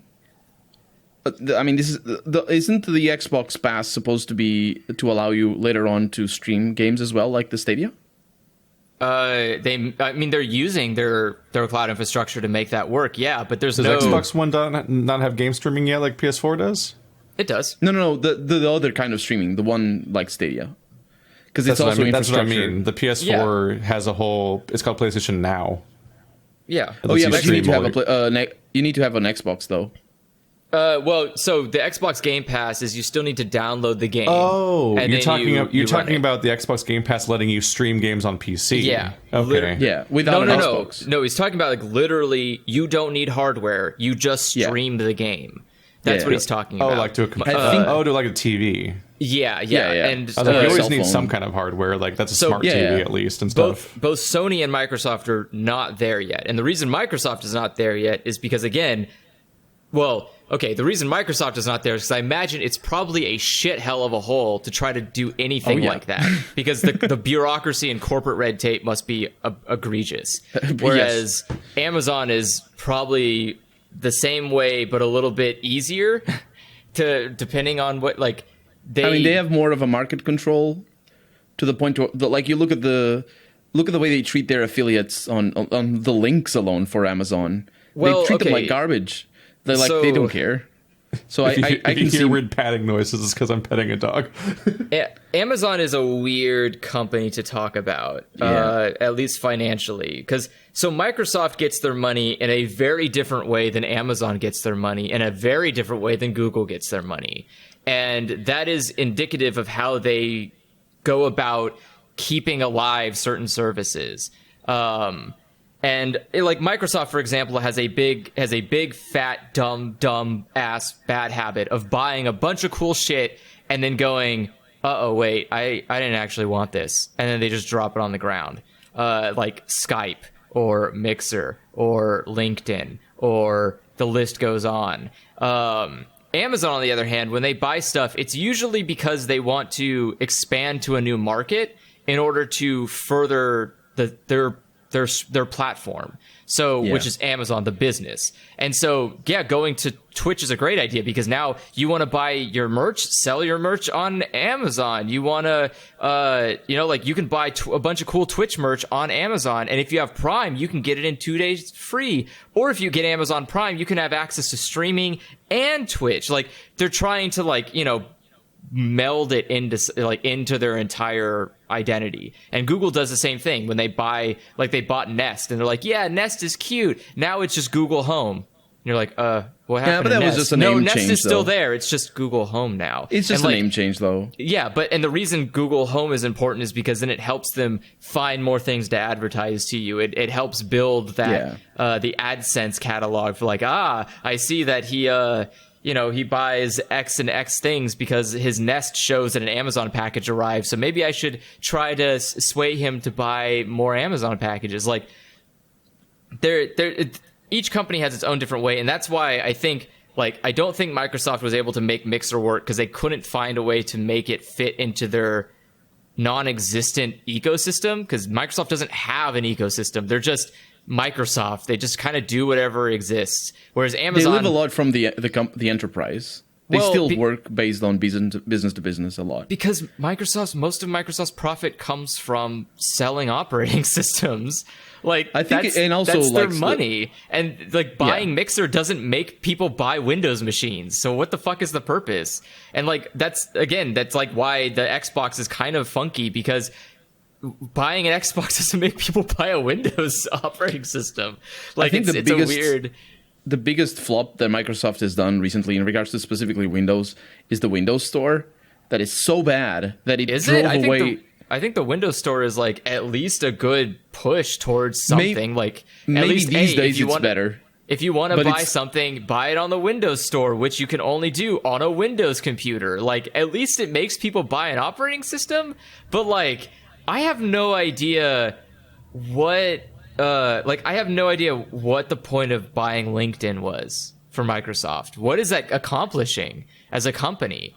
It's like, it's the business to business. LinkedIn is still very, very much used by, I don't use it, but sure. I mean, LinkedIn is important and it's used by a lot of people, but what does it benefit Microsoft to own it? Rather than I see say, rather than say, I don't know, fucking Joe Bonanza's fucking fancy fruits.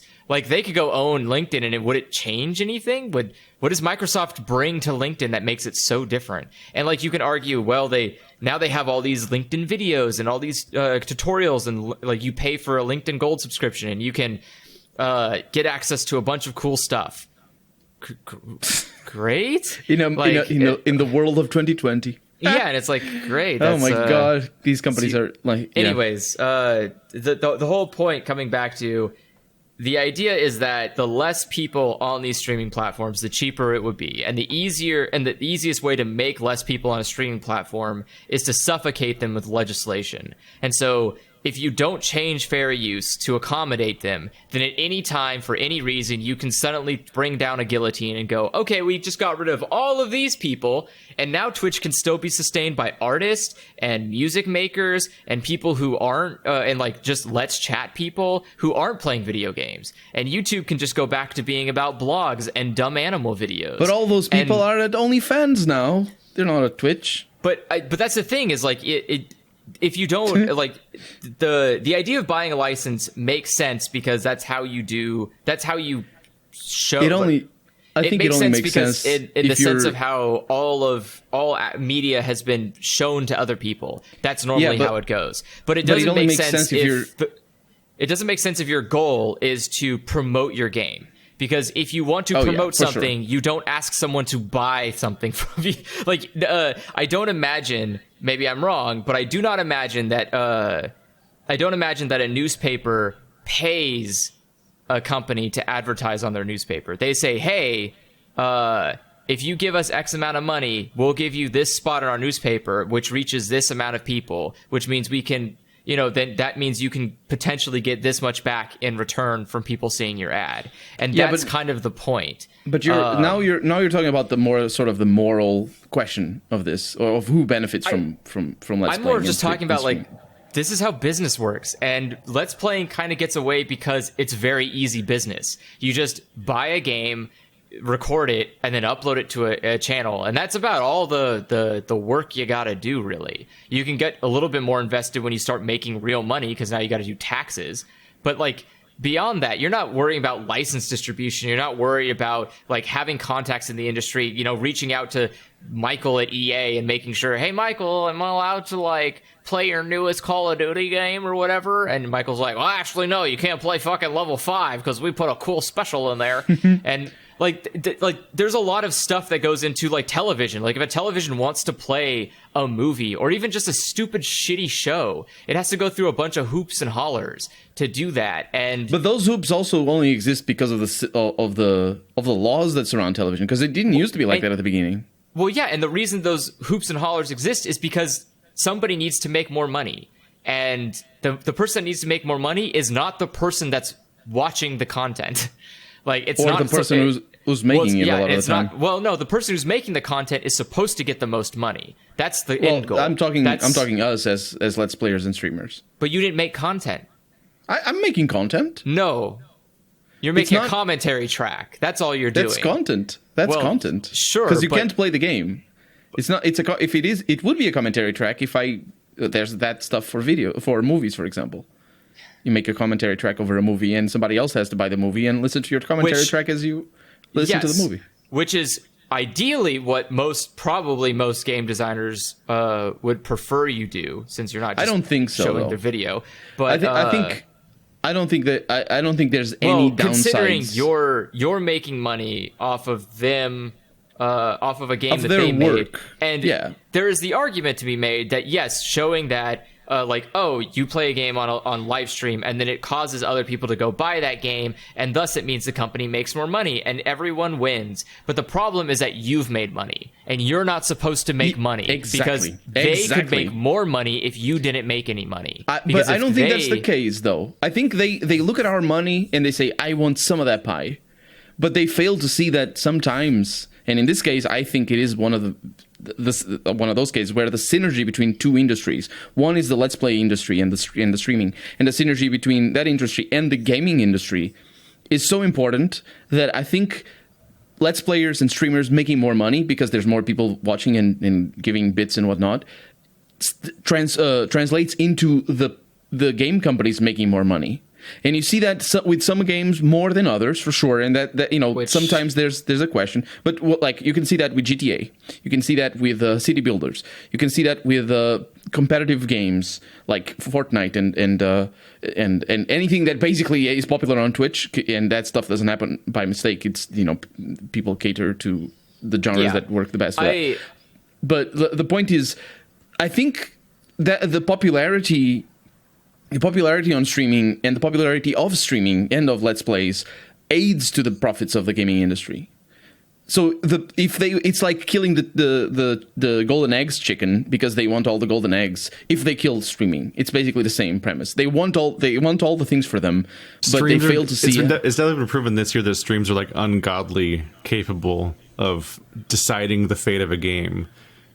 Because for sure. we literally, the streaming industry necromanced a 2-year-old game into being the most popular game in the world, basically, or one of them. Among Us just fucking sprouted up, and everyone on the planet would assume it was a new game, but it came out in 2018. Just think of Minecraft. Minecraft rode, the popularity of Minecraft is exclusively because of videos. No, I don't know about that. I don't think so. Minecraft's very old before a lot of this industry was really happening much. Well, Minecraft is the birth of Let's Plays. I'm saying, the birth of Let's Plays is a sad existence of. We were hanging out and playing Minecraft in your garage, the first year we were doing Let's Plays. Basically, but that's where every Let's Player started, though. No, I'm saying Minecraft might have done more to grow the Let's Play industry than Let's Plays did to grow Minecraft. I think Minecraft predates most of this entire industry as a whole. It might have been see. it might have been a symbiotic back and forth relationship eventually, because then you have the next generation of kids growing up, and their streamers are playing Minecraft, and they want to buy Minecraft because it's old now that people have grown up since it was made, and it's still popular. But Minecraft had a hell of a buzz around it. Like, it was an indie darling well before any sort of video coverage was spreading it. Minecraft was a successful game before people recorded videos of Minecraft. But I don't think it would have been the same success at all. Yes, it would have. Absolutely. I absolutely believe that, because Minecraft is so simplistic, it is so basic, and it is so easy to run on any machine, any console. It doesn't need the cloud. I think it might have plateaued after a few years without video. Maybe. I think once it moved to consoles, it would have had a second life, and I think from there it moved to consoles because Microsoft bought it. And Microsoft bought it because of its next level popularity, and that might have been well beyond the plateau it would have hit without videos. But it was definitely like almost nightmarishly successful even without that. I don't know. It had a strong start. Like, it was so popular during the alpha and beta. I'm defining the success of Minecraft, the price alone of what Microsoft paid for it. That's the success of Minecraft. Because even before Microsoft ever bought it, Minecraft was so successful that it brought us early access games as a concept. Yeah. That was the first one that brought this idea. Like, there technically was other like betas or whatever, but like specifically like Minecraft was like the idea of like, here is the entire game, we're going to update it while it's being made, we're going to arbitrarily say it's done one day after many years, but you're going to keep playing a game for years that just has a disclaimer claiming it's unfinished, but you still pay to play it, and it's not like a free public beta or anything. Like, that became the industry for like the last decade because of Minecraft alone. Yep. Let alone all the voxel stuff and everything. And a lot of that was going on before Microsoft and its big peaks. But yeah, like, it definitely didn't just get its start because of YouTube or anything. Because it was too early. Yeah. Like PewDiePie was so fucking young as a channel in 2010. PewDiePie started with Minecraft. It was Jacksepticeye. Was it? No, he started with Minecraft. Was it Jacksepticeye? Was it? Yeah. PewDiePie's big popular surge, where everyone remembers him from, was Amnesia: The Dark Descent, but Minecraft started in 2011. Like, it's really funny to think about. Like, late 2011, right when we started doing YouTube, Andrew, was like the month where like Dark Souls and Skyrim and Minecraft all came out like simultaneously. Jesus. Which is really funny to think about. What a basket of opportunity we had. I squandered it too. I mean, well, that's my life. Ultimately, I think the entire I get to wrap up this tweet. I get where he's coming from. I don't think there's any there is no like middle ground way to make this Let's Play thing fixed. Like, you can't just show up and be all right, I have a solution to make Let's Playing, makes everyone happy. Like, there is no solution. The ultimate thing is like, you should be paying the developers. Okay, every developer? So I need to like chunk out 90% of my profit to go to EA, Ubisoft, Blizzard, fucking Nintendo, fucking... Like, what, I gotta pay every fucking publisher a $10 a month deal like I do with Netflix just so I can play a game? Like, fuck you, that's not gonna happen. And you could say like, I'm gonna pay... What, you're gonna pay as somebody who has a gaming... As somebody who has like a gaming PR folder that's always flooded all the time, like, it is very interesting to see how there's a bargaining situation based on how much subs you have and what kind of game scale it has and whatnot, where they have a completely different expectation from case to case of like whether or not they basically want you to work for them or if they're going to like wait on you hand and feet to like figure out how to make it work best for you because we just really want exposure. And like it's an amazing dynamic change where like there's a bizarre power. Also, just to issue a retraction, Minecraft launched in 2009. The 1.0 1.0, which felt like it took forever to come out, was 2011. It only took 2.5 years to hit 1.0, which felt like an eternity back then, but now is like a pretty concise early access. Yeah, that's a pretty short. So Minecraft has been 1.0 for 9 years. Well, I mean, it's 1.16 now. Well, yeah, it's infinite updates. I think what I like about our discussion that we had today is that we sort of pivoted the point from the superficial aspect of his tweet, but to discuss the system underlying all this, which is the profitability of Twitch and YouTube. Because that's what we need to think of. He just made a shitty tweet, and for sure. But he provided no answers. He's just like, yeah, you guys suck. You're stealing stuff, and walked away. But when we discuss this, we need thanks God. Did we go this long without pointing out the really funny part? Which one?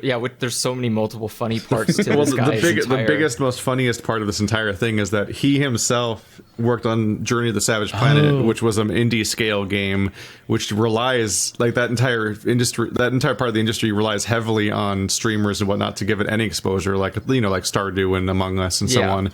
But then the next stage of that being funny is the fact that his banner image is Jacksepticeye fan art of his Savage Planet playthrough. So it's where literally he specifically cut out the signature of the artist as well. Yeah, because on purpose. To be fair, that's how the Twitter banner works. Like, he wanted to fit the name of the game obviously into the frame of his banner. And if you frame it that way, then the bottom, you actually can see just barely part of the signature if you click on it. It's just where it happened to clip. But he also, could have added a little bit artwork to the sides. Well, it's not his artwork. Yeah, not only is it him taking somebody else's artwork when he's having this kind of tweet, but more specifically, it's just the fact that it's artwork celebrating a streamer that. And it's like him having this kind of stance is like somewhat undercut by having like specifically a streamer of his game as the banner image of his thing. It's like, and he's like, oh, you streamers, you better watch out. And I'm like, okay, your game had official artwork, right?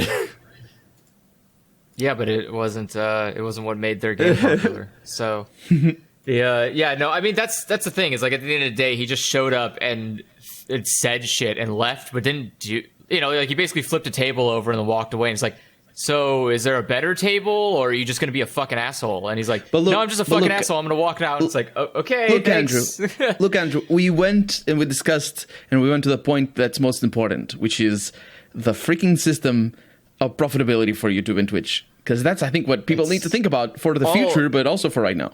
Look, all that matters to me is I'm just trying to get to 2020. This conversation has been completely boring enough that we can now talk about Genshin Impact. So. And I think almost all Let's of the people who are here for it have dropped off. So I literally don't know how we spent 100 minutes already. You know what? I'm completely okay with it. In some cases, literally, because I got up and walked away because the dog was dancing. I think he wanted out. That, as they do. Yeah, good doggo. He was doing the bow. But the pounce bow, where he pounces towards the direction, then bows towards you, like, come on, this way. Oh, come here, you stupid paws. Yeah. They're outside now. But yeah. So anyway, Genshin Impact. Andrew decided he was going to back up his words from earlier, so he decided to play it for a long time. And then I heard he was doing that, so I decided to play it for like an hour and a half. As like a let's try that would like replace, one day's RPG slot video, basically, because that was a reasonable thing for my schedule. And then people got angry at me. I didn't even. Okay, so hold on. I want to keep talking about it, but I'm going to bring up your video because I want to see. It's just the endless sliding scale where it's like it's unprofessional and bad, and how dare you to talk about a thing without knowing about it more. So then I give it a let's try that is 3 times the amount of time I normally give to a game in a let's try, but somehow that let's try is still unfair. But that people don't yell that on all my other let's tries all the time. It's like, you didn't even beat, and it's always an end on the sliding scale of like, it's either like you went in trying to hate it, or like they can always just reinterpret stuff to make it so that any like opinion you have doesn't mean anything anyway, even though it's just opinions anyway. It's still just one person's opinion. Why are they so fixated? But then also, like, you didn't finish the tutorial anyway, and it's not the real game yet, and it gets good 75 hours in, and all these other things, and it's just like, all right.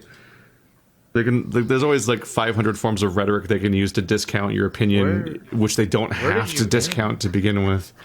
I think people misunderstand. Like when people, I read a tweet the other day that was kind of tangential to this. where somebody says the writing is bad when they don't like the story. And that's not correct, right? Because the writing can be good, but they don't like the story. That's fine for them not to like the story, because the those are two different things. You mean that? But I think people you saying mean that like writing and plot are two different things, basically. Yeah. But I think that's the same thing when people say the game gets good after 100 hours. That's not the game getting good. That's you getting enjoyment out of the game after 100 hours. The game is still bad. Like, people need to understand that you can enjoy bad games. It's totally fine to enjoy bad games, especially when you start to get into mods and you can cheat, or you can just play the game contrary to what was developed like. You can have so much fun with bad games that, I grew up doing that. Because, games can change in quality over the course of a playthrough. But I will say that every time anyone has ever claimed that a game will get good X number of hours in, and then I try playing it for that amount of time, it never changes for me. That's another problem. That's another problem for sure. I totally agree with you. But the thing is, Final Fantasy 13, it's like, oh yeah, it gets good like 10 or 20 hours in or whatever. They mean like the part where it opens up a bit, and it's like, well, the story is already set in stone, and the gameplay is already set in stone, and I don't like either of those. But now I can wander around a green field a bit instead of running straight through a hallway, is what they mean. But that's not the problem I had.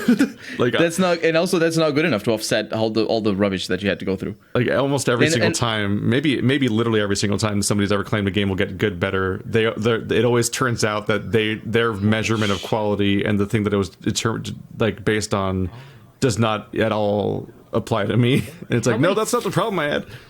How many fucking comments are there? 153. Jesus Christ! It's a video from yesterday. Holy shit! What the hell?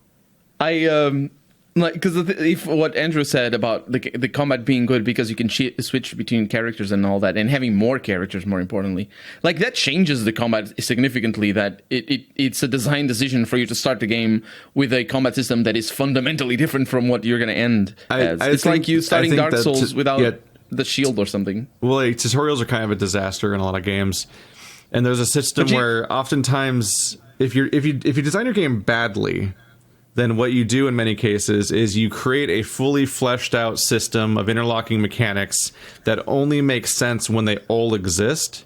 And then they're like, how do we ease people into this? I don't know, strip away several parts of this for hours in many cases. And then you have hours of gameplay where you're trying to eat from a table that has two legs. And it's like, no, it needs all the legs for the game to exist. It's like how, like fucking Ghost of Tsushima doesn't start out with a stealth kill. Like, that's the premise of the game. Is that you can do samurai sword battles, and then you can also sneak around and duck into bushes and instant kill people. It's like the go-to PS4 semi-stealth third-person cinematic game that they've been making every year, multiple times a year for the last 5 years. Like, it's one of those. That sounds like a really less fun version of Sekiro. Yeah, well, it has Sekiro also has the Dark Souls mechanics on top of that, but yeah, like Sekiro and Horizon Zero Dawn and Last of Us and Tomb Raider and so on are all these games where they're third-person shooters where you move around and you choose how loud you want to be. So every single environment is built around the idea of potentially being in stealth, and some of them are more mandatory than others at different times, but the base level is I can crouch in a thing to be hidden, and I can stealth kill somebody if I sneak up behind them. And like Ghost of Tsushima throws you into an open world before they gave you that ability, and you can potentially wander around for 12 hours before you unlock the stealth kill that makes the entire, not only the themes of the game, but also the actual list of tools that's the core mechanics of the game makes sense. Playing without a stealth kill makes the game feel incomplete and broken. And an issue with a game like this is that when people are like, you didn't even get to the part where the game's good or whatever. It's like, I played for an hour and a half, so it's like at some point the game should be good by now. Like fucking Breath of the Wild sprints to its mechanics. they throw you on that. It's a big open world. You get the horse they were right smart away about putting you on that plateau where the 4 shrines give you your 4 gadgets, and then now the game is functionally complete. you have the mechanic set that is the core mechanic, and after that point, the stuff you gain beyond that point is clearly like bonus skills that reward you, but you don't feel like you have an incomplete kit. Yeah, I think that because the thing is, but that's sort of what I was saying is like you can have a lot of fun with a late stage game. Like at the end, it's a typical thing to see the end game of action RPG specifically, but any game really. It's a typical thing to see the end game experience of a game as a fundamental different experience from everything else. It's like playing a new game plus of Dark Souls, but even more than that, because imagine the end game of Diablo, for example, where you just can go anywhere, you can farm whatever you want, you're looking for specific items. It's a completely different experience. And if you're what happened with Diablo 3 for a lot of people, not for everybody, but what happened was that the game itself was not a fun experience. But once you get to level 60 after 40 hours or 30 hours of gameplay, you get to the end game of a character, and then you get to experience something that is fundamentally different from the rest of the game. And not so much in terms of gameplay, but rather in terms of what your objectives are and what your rewards are. And so for people to be like, I really enjoy Diablo 3 because the end game is fun, is not the same as them saying Diablo 3 is good because I enjoy the end game. You know what I mean? Because you can have fun with bad games, and the fact that the game doesn't present itself properly to the player is bad. Like it's like I said, playing Dark Souls without a shield, but probably the better analogy would be to say that playing Dark Souls without a jump attack, for example, or without a dodge. It's something like that. Because as far as I can tell, that's what happens in Genshin. In terms of mechanics. I played for an hour and a half, and the entire time was just you just keep whacking people, and they don't fight back. Picking flowers. And oh yeah, that too. The AI is obviously you just smack somebody for like 30 seconds and slowly whittle down their health bar, which is pretty large for how little engagement the fight has, and then they just eventually fall over dead. And it's a game designed for the grind. It's a game designed for the grind. It's so obvious that it's like that. Because if you're going to design a game for the grind, it needs to be not too engaging, because you need to be paying attention to your... Yeah, absolutely. You can see it, like, it's very obvious that it is designed like that as well. If you're going to make your combat that simple, it might as well at least be high impact. It's like, by contrast, like, I was like... The moment I started off playing Breath of the Wild, I was so intrigued because you come out of that cave and you're trying to figure out how the mechanics work, and you're poking around all these different directions, and you're figuring out like which direction to go in and how to approach, and you fight a dude and you're like, oh fuck, he does a lot of damage, and you're like, okay, so I don't want to get hit by him a single time, so what do I want to do with this guy? Like, what's my new solution? Like, you're thinking about stuff because you have consequences for failure and you're thinking about how to solve them. But in this game, it's just like, you smack the slime 75 times, and then he stops being a slime, and he turns into an item, and then you move on. Can I I also say that the story is cookie cutter on purpose? Like, I think they didn't want to make it. Oh, they could have written something better, but like, there's certain. Maybe it's a translation. I don't know, because it's also obvious that it's not written by native speakers. It was definitely aggressively boring, but also it does my least favorite thing, which is it just keeps introducing worlds and systems and like plot points, but not giving me a single like character that I care about. Like, I just need people. I'm such a character driven storytelling person that I'm so incompatible with this part where you just like you play a blank slate character that has like no personality, and then you immediately have like a tutorial character goblin that keeps talking to you, and then you walk around this corner and like here, and oh my god, it's a dragon. That guy is talking to a dragon. What intrigue! He won't come up again for hours, so this was worthless. Then it's like, here's a new person, and they're taking you like. You have to play a fair amount of the game to even encounter a town that's normal, so you even have a baseline of what reality is, because everyone's dressed like a super endgame angel man covered in flowing clothes and belts and nonsense things that I'm like, I don't even know what reality is yet, because the baseline we started with was 2 floating Kid Icarus people fighting a cube lady, and I'm like, that's a fucking strange start, but then it didn't really like give me a baseline for a long time. But even when they gave me a baseline, it was a town full of like it's just like it reminded me of like the beginning of Final Fantasy 13, where you're just like falsi, let's see, and it's like you're throwing a lot of like rhetoric you're throwing a lot of like terms at me, but not a lot of like things for me to care about. And because I don't have a nucleus of like a character I care about or something to build everything around, I don't have a lot of like all this stuff's going to bounce off because it's not nucleating, it's not attaching to that thing. Like Dragon Age gives you like is it Alistair was his name?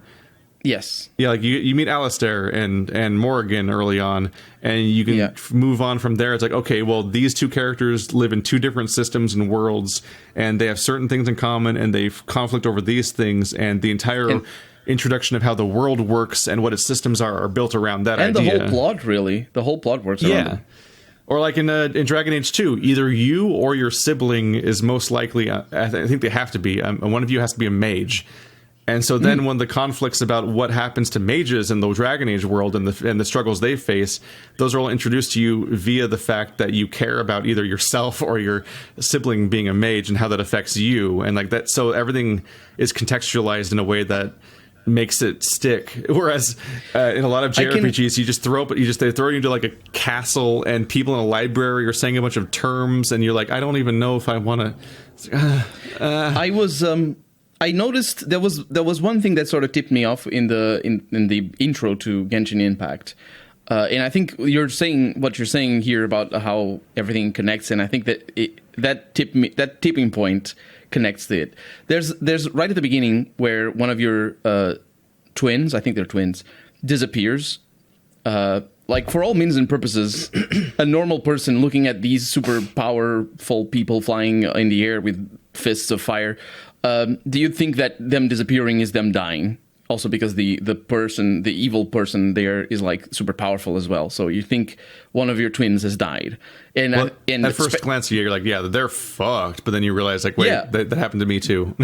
But no, the thing is, the tipping point, the thing that tipped me off though is or not tipped me off as in flipped me off or just sort of put me on edge is because you're selecting a character. Effectively, you select the character you're going to play as. And there's so many games where your character story is losing a family member. So like it's sort of implied that when you see your twin dying, or what seems to be dying, you think, oh, now my story is going to be about revenge or something.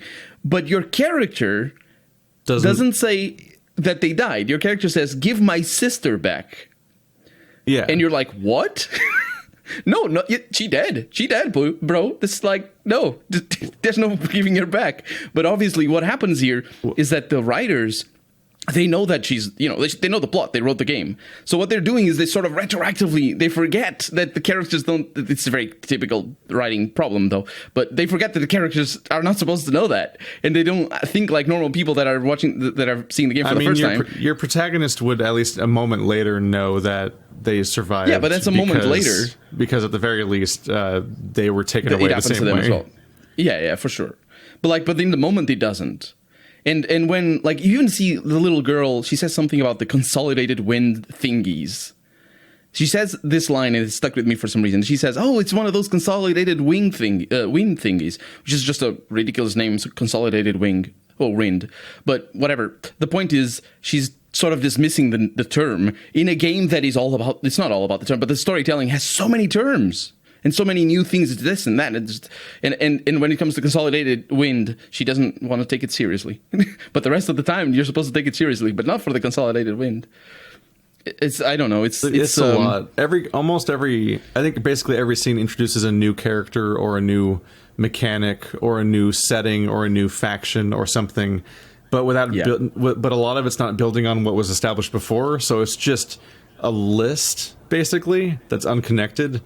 And a lot of the scenes seem to have drama that doesn't mean any, like what stood out to me was that like there's the second dungeon ends with it ends with you fighting like the boss and then leaving. I'm trying to remember the exact order of events here. Like you fight the final dude and kind of leave. Then a character you were there with is like, these guys are too stupid to have come up with this, which I'm like, what did they come up with? It's just all I did was fight another encampment.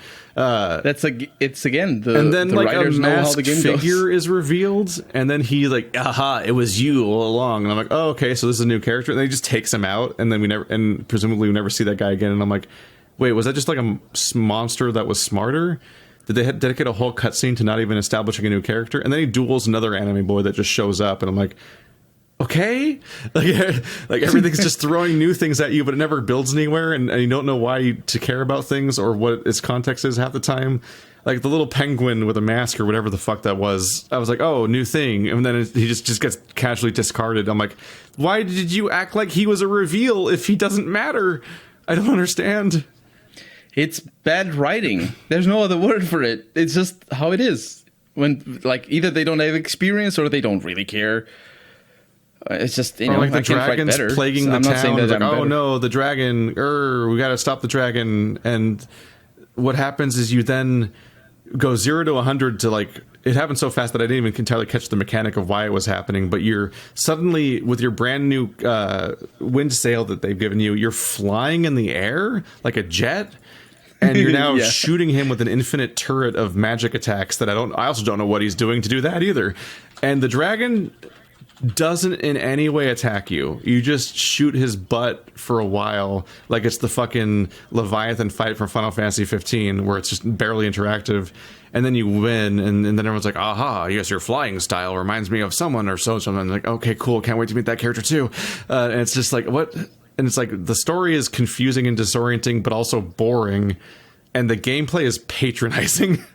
Because they're like, oh, fight the Yeah. big dragon. What do I do? Oh, I got to dodge like his fireball or something. No, you just shoot his butt for like 30 seconds, and his health bar hits 0, and then you're like, you did it. I'm like, why would anyone keep playing? Is it just because it's free and people keep talking about it? You have to have so much fun. Like, you got to break through so much inertia here because the game is aggressively unfun for hours. Apparently, I don't understand who would power through this.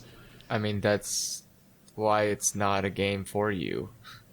Obviously. You're not the target demographic, and I don't understand why people assume that everyone is.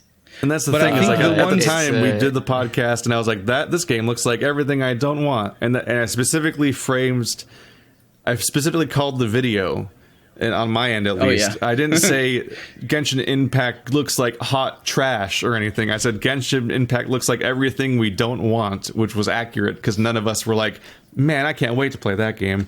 So that was the most honest, accurate retelling of our opinion of what we took away from looking at it, and that was entirely accurate. But they're like, how dare you unprofessionally discuss a thing you haven't played? You're not allowed to have preconceived notions about a thing ever, period. That's illegal. You know, so now you gotta on a go free play video it. on the But internet. then I play it, and they're like, how dare you play it, the thing that you thought you weren't gonna like.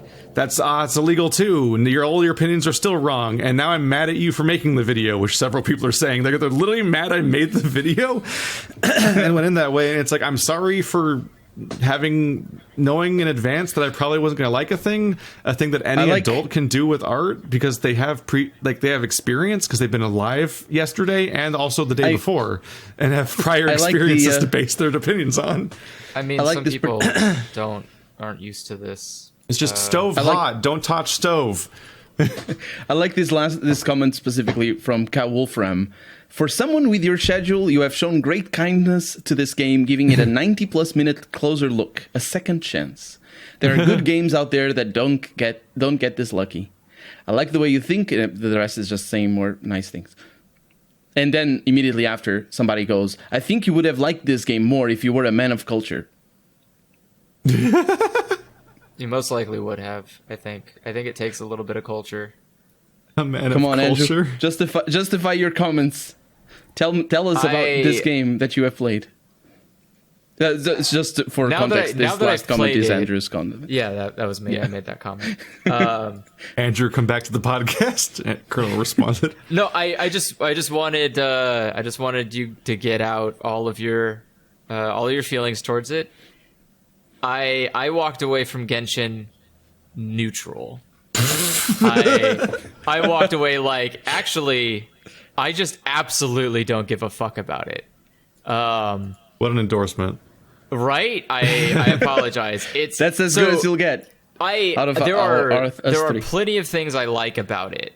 But every time I like something, I hate 3 more things. And I think that it eventually just the math evened out to being like, okay, so it's just a game. Okay. Like there's no it's not doing anything revolutionary except it's giving you something more to do in the space between you picking your team and where you want to send your team. Because, like, at the end of the day, I'm approaching this like it's a free-to-play game, because it is a free-to-play game. And if you play any mobile free-to-play game, you build your little 4-person squad of your characters you've pulled from your gacha mechanic. And then what you do is you click on the level that you need to go to with those characters. And you use those characters in that level because that level specifically has the things that are weak against your characters. And then you do you do whatever the combat mechanic is, fill in X mechanic here. It's either a puzzle game, like you match 3. It could be a press a button at the right time. It can be whatever. It's the same fucking structure. But this time you get to decide if you press one button, this button, or that button. There's only 3 buttons you can do. And the game just doesn't do anything interesting enough to warrant this much love and admiration. But it isn't like, it's not offensive. It's what it absolutely expected Genshin Impact to be, which is a gacha-based... A free-to-play phone game. Yeah, it's a free-to-play phone game with gacha mechanics. Wow, guys, I'm stunned. I'm literally floored by the amount of absolute similarities to every other free-to-play game that I've played. And, I mean, I have experience. I've played plenty of other anime-based free-to-play games. I know, so for context here, because I'm sure there's people don't know how much I've gone into. I am at adventure rank. I'm at adventure rank 8 or 17. All of my characters are level 20. 2 of them are ascended. I have all of my weapons are level 20. 1 of them is ascended. The majority of my gear or artifacts or whatever are above level 4. I haven't gotten them to their max level yet because I just didn't need to. There's no reason to. And I have completed the first act of the game. Or not the first act, the third act of the game. Oh, yeah. I think I'm on the third act of the game. For a single act, it would be kind of... Well, okay, so the game has a lot... You can just kind of waste time doing a lot of nothing in the game. Bless you. Bless you. So I'm fairly deep into the game. I have 9 characters. I've spent no money on the game, just for context here. I've not invested a single dollar. So I'm coming at this completely free. There's a lot of stuff, but not a lot of stuff to do. And I think that's the biggest complaint I have of the game, is I just walk around a lot and usually just find something. I have to find something to do because the game doesn't have anything interesting to do. Where it's like, you can go in a dungeon. I'm like, I could, but I'm walking to the dungeon and there's like, it's a long walk and I might as well just kind of do whatever stuff I find around on the side. And then when I get to the dungeon, I'm like, oh, well, I've already played for like a couple hours. I don't really care about the dungeon anymore. I'm kind of, I just want to do something else now. And the biggest problem is, it's just, there's too much space. The fucking world is so vast, and it's like, yeah, and but all the puzzles, and it's like, yeah, but the puzzles just give me fucking loot, and the loot is just used to fuel like the level of other loot, and then I'm just doing this in a constant repetitious cycle until eventually I have the best loot. It's an infinite Skinner box feedback loop of just like. Yeah. Like the game, does the game just run out of real estate to do interesting stuff with? So then it just has to keep giving you numbers to number with to then get the number to number. As far as I can tell, the game is like, I really hope you enjoy. Like, they're trying to get all of the the exploration aspect of Breath of the Wild. We're like, ooh, look, there's a thing over here. But without the horse, though, they don't have the horse, do they? I don't care about the horse. But that's so important, though. They replace it with. I would not call the horse a priority in Breath of the Wild. Yeah. I'm not really a fan of horses in games, though. Because you move so much faster, though. It's usually like movement, but worse. You know what's faster? Teleporting to a tower and jumping off of the tower. That's the fastest. I forgot about that. Yeah. No, and this game has that. Sorry. The kite is too good in Breath of the Wild to really want to have a horse that much, which you can't take on a kite. I forgot about that, yeah. The game, so here's my biggest complaint about the game. The game thinks I've never played video games before. And Right. they're doing that Exactly. because it's good, because this is supposed to be a game for dumb babies, so that they waste all their dumb baby money to buy all these dumb baby avatars that they don't fucking need. And then they go like, yeah, but I got the dumb baby avatar, so I'm super strong now, right? And then it's like, no, you idiot, you still need to do all the number math in the background. Like, most of us adults are not stupid, and so we see that, we go like, wow, cool, I could invest money into buying more weapons. Or what does leveling even do? Because like please ask that question, but more concise. What does leveling do for what? Well, because midway through I was like, oh, I got a bunch of these books that I picked up in that library earlier, and I just mashed them into my protagonist, and he suddenly was level 12, but there was a level 2 in my party because they gave me the boy, and there was no distinguishable difference in power between them. So I was like, wait, what did being 12 do? I don't know what its point was. I can't tell. So leveling your character levels up its stats. So your health, your defense and attack, and whatever other stats they have in the background that you don't see as easily because you have to click on a button to go view them. Leveling gets that, and then it brings you to your... It is a nice place to cut you in the middle of your gameplay and go, have you tried exploring the world? Because if you want to keep leveling up, your ass needs to go outside and start doing a 9-to-5 gig looking for the stuff you need to get this character So to the next leveling level. is at the same time the stick and the carrot. I was just really confused by the fact that like you would think that the difference between a level 1 and a level 2 and a level 12 would be the difference between stuff being prohibitively hard and you practically one-shotting things. Keith, And this isn't Dungeons and instead, I Dragons. switched between those two characters, and I'm like, I don't even feel like they're different levels from each other. Well, that's because you were also using a level 1 item, a weapon.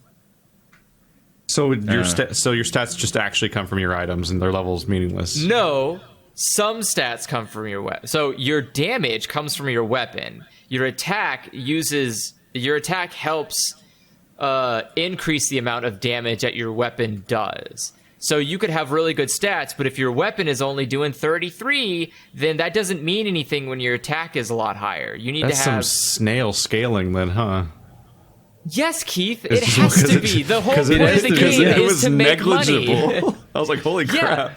I have all of my characters are level 20, all of my weapons are level 20, and all of my artifacts are at least above level 4 to 5, which is the artifacts are a whole other fucking thing. And I can go and fight a level 17 thing, and it takes like 2 hits for me. And I fight a level 20 thing, and it takes like 7 hits for me. But it takes less hits if I'm fucking super Pokemon style, and I go like, yeah, but I've got a water character who can do water damage, and then switch to my electric girl who can do electric damage, and then it overcharges and does a big burst of energy, and then I can switch over to my other girl just crystallizing, who can then crystallize the enemy. I can switch over to my other fire girl who then shoots a big, like, it's just fucking noise. The whole point is that you're supposed, if you don't, you want to do all these fancy combos in the middle of a fight. And to do the fancy combos in the middle of the fight, you need to get all of your gear, all of your characters up to the right level. And you need to have the right characters to do those fancy combos. So you need to go out and get all the right characters, level them up, level their gear up, get them all of the stuff that they need. Then you can do the fancy combos and then feel good about the fancy combo you did. And that's where that's the meat. That's the chunky, fat, pink meat of this ugly fucking sandwich, is that you bite into it and you go, oh, that was a really nice combo. You think people would understand by now that just leveling for the sake of it isn't what I like in a game? Well, Keith, that's not the important part. The important part is that everyone else is leveling these characters and enjoying it, so why the fuck aren't you? Get out there and start enjoying leveling these characters. You're right, you know guys. what? I'm going to rebrand as a Call of Duty, Minecraft, Fortnite channel and just play those games all day. And again, you have to like the popular games or something's wrong with you. Like, I'm I'm not just mad going at to play Fortnite all day. I'm not mad at Genshin Impact.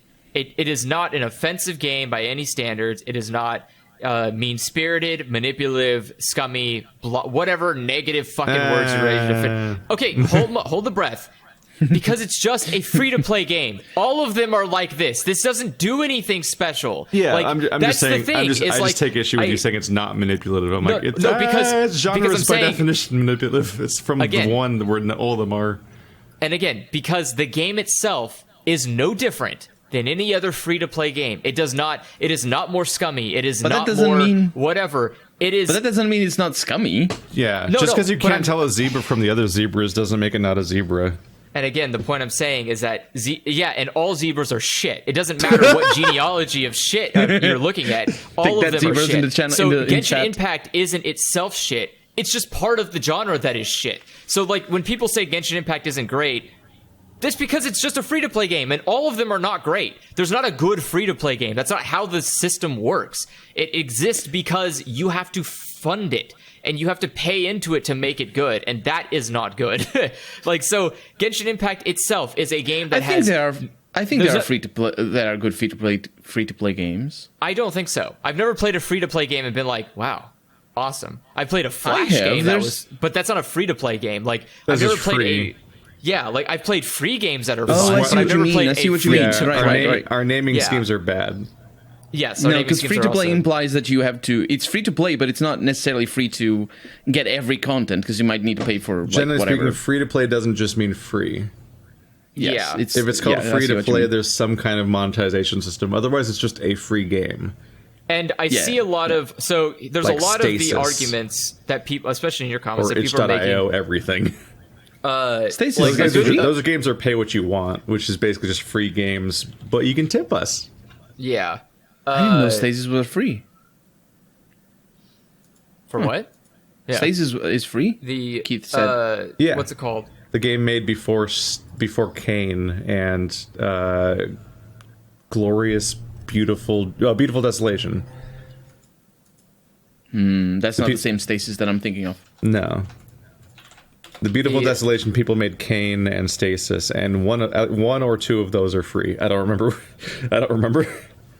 But they're like those are just full size, like beautiful pre-rendered graphics, top-down fixed camera angle, like point-and-click adventure games with horror elements, and it's just free. I'm thinking of Stasis, and there's no trick. Like there's no monetization. Like that, but it's not free. Like I posted the link in chat. That's not the game you're referring to. I mixed it up. Stasis costs $10. Kane is free. Same developer. Okay. So if you click on their profile, you'll get Kane, which is free. There's a deluxe edition that costs $7, but that just has a soundtrack and wallpapers. Which is what we're here for, ladies and gentlemen and beautiful people. Yeah, I mixed up which one was the free one. But that's just a full-size point-and-click adventure game with horror elements, and there's no hooks to make you pay for it at all. But that's just not free to play. That's just free. And and so that's the thing is like Genshin Impact. I don't think it does anything that is revolutionary, interesting, unique, or justifying praise. It's just, hey, wow, we took some things from Breath of the Wild and then put in the typical free-to-play mechanics. And people are just enamored by this like little world that they built. But the little world doesn't give you anything. It's just nonsense noise. It's like picking flowers and WoW. You know, like you're just doing a little, like seriously, you're just doing a little hobby. It is not a requirement to beat the game, to go out and get all the little sprites. But I got a fuck ton of them. My damn statue's level 8, and now I've got like super stamina, and I've got. Are you talking about the little ones where you walk up to them and then you just follow them for a while? No, those are the little spirits that will. All of those result in chests. Sprites are different. Okay. Yes, so there's these. I was not happy when I saw that because I just finished platinuming Ghost of Tsushima, and I'm like, oh no, it's the fucking foxes. They're back. You meet them over here, then you follow them over there, and then you get your reward. I'm like, wow. That is exactly what it is, except, you know... I only liked the fox mechanic like 3 times, and it was pretty much just because there was a fox in it and not because it was fun. And then they did it like 60 times. I'm like, ah! And then the moment I played this game, I'm like, no, it's the foxes! This is like barely gameplay. You just follow it. Like, oh. It doesn't get any better. They just put them in more absurd and annoying places to reach. And they're like, oh, look, this one's on the top of a house. And you're like, okay. And you get up the top, it's like, I'm going to fly away now. Okay, like, you know, you just kind of like, and then you just follow it, and then it brings you to a little place like, surprise, here's items, and you're like, cool, what are these items for? It's like, to upgrade your stuff. They're the same as everything else.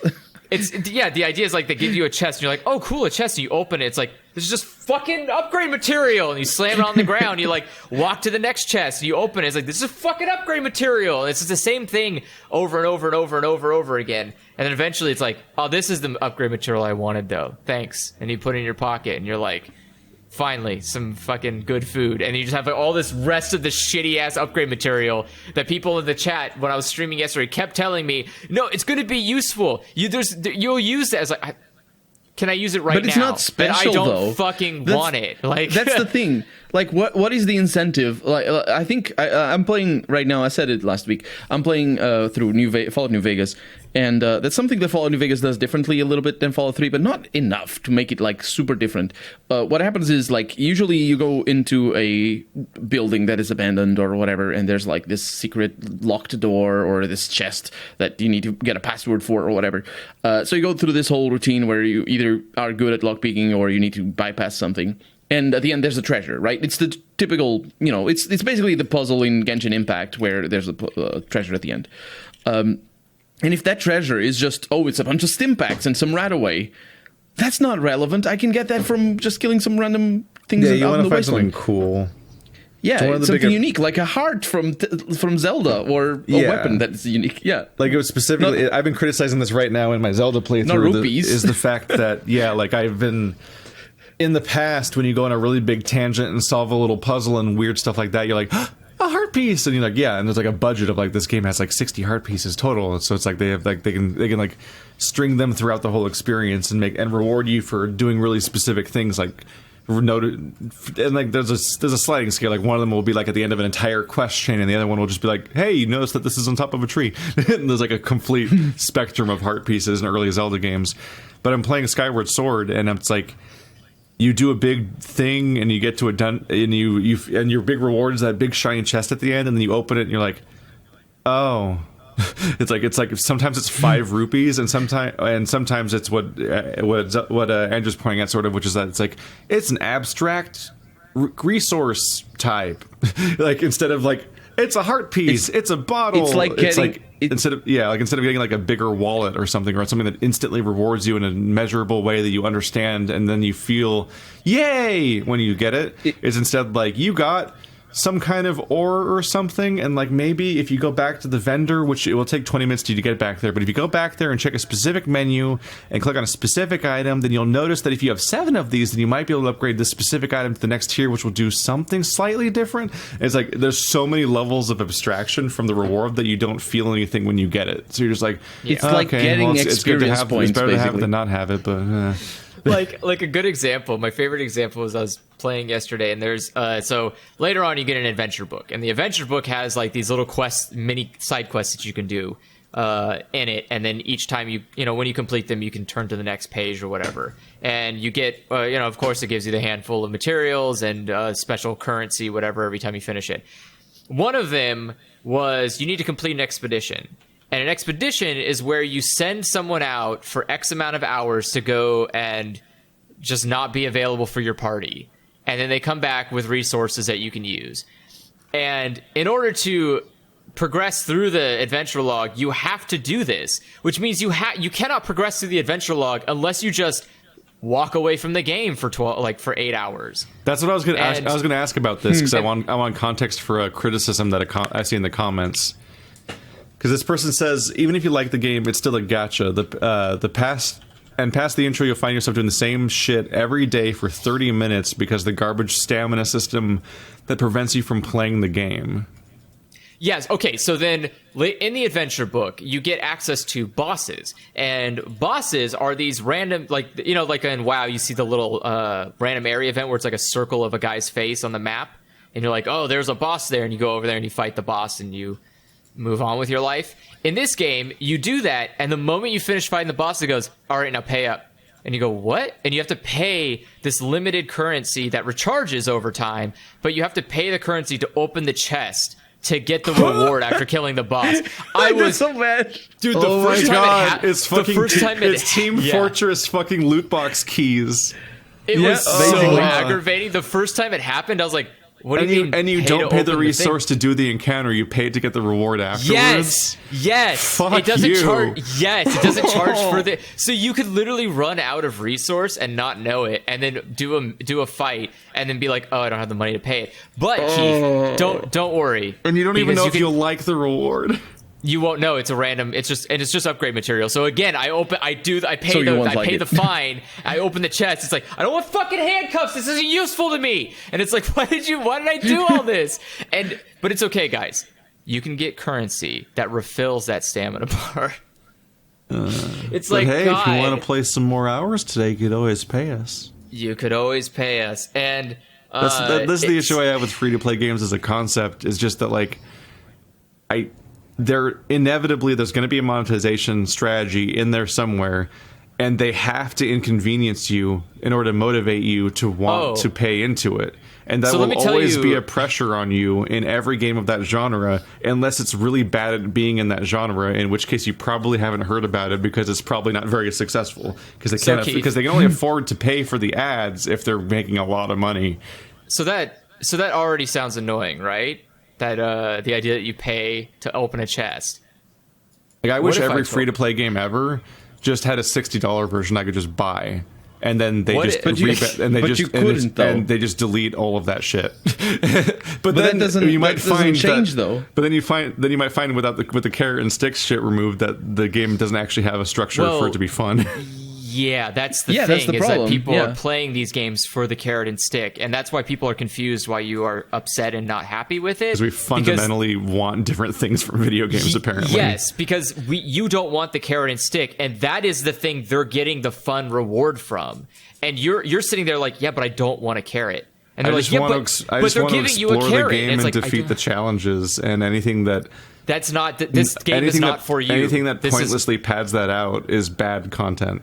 So another thing I I'm ran the guy into that, that was I'm the guy that fucking buys Diablo 3, beats the campaign, and then I'm like, I did it. It's over.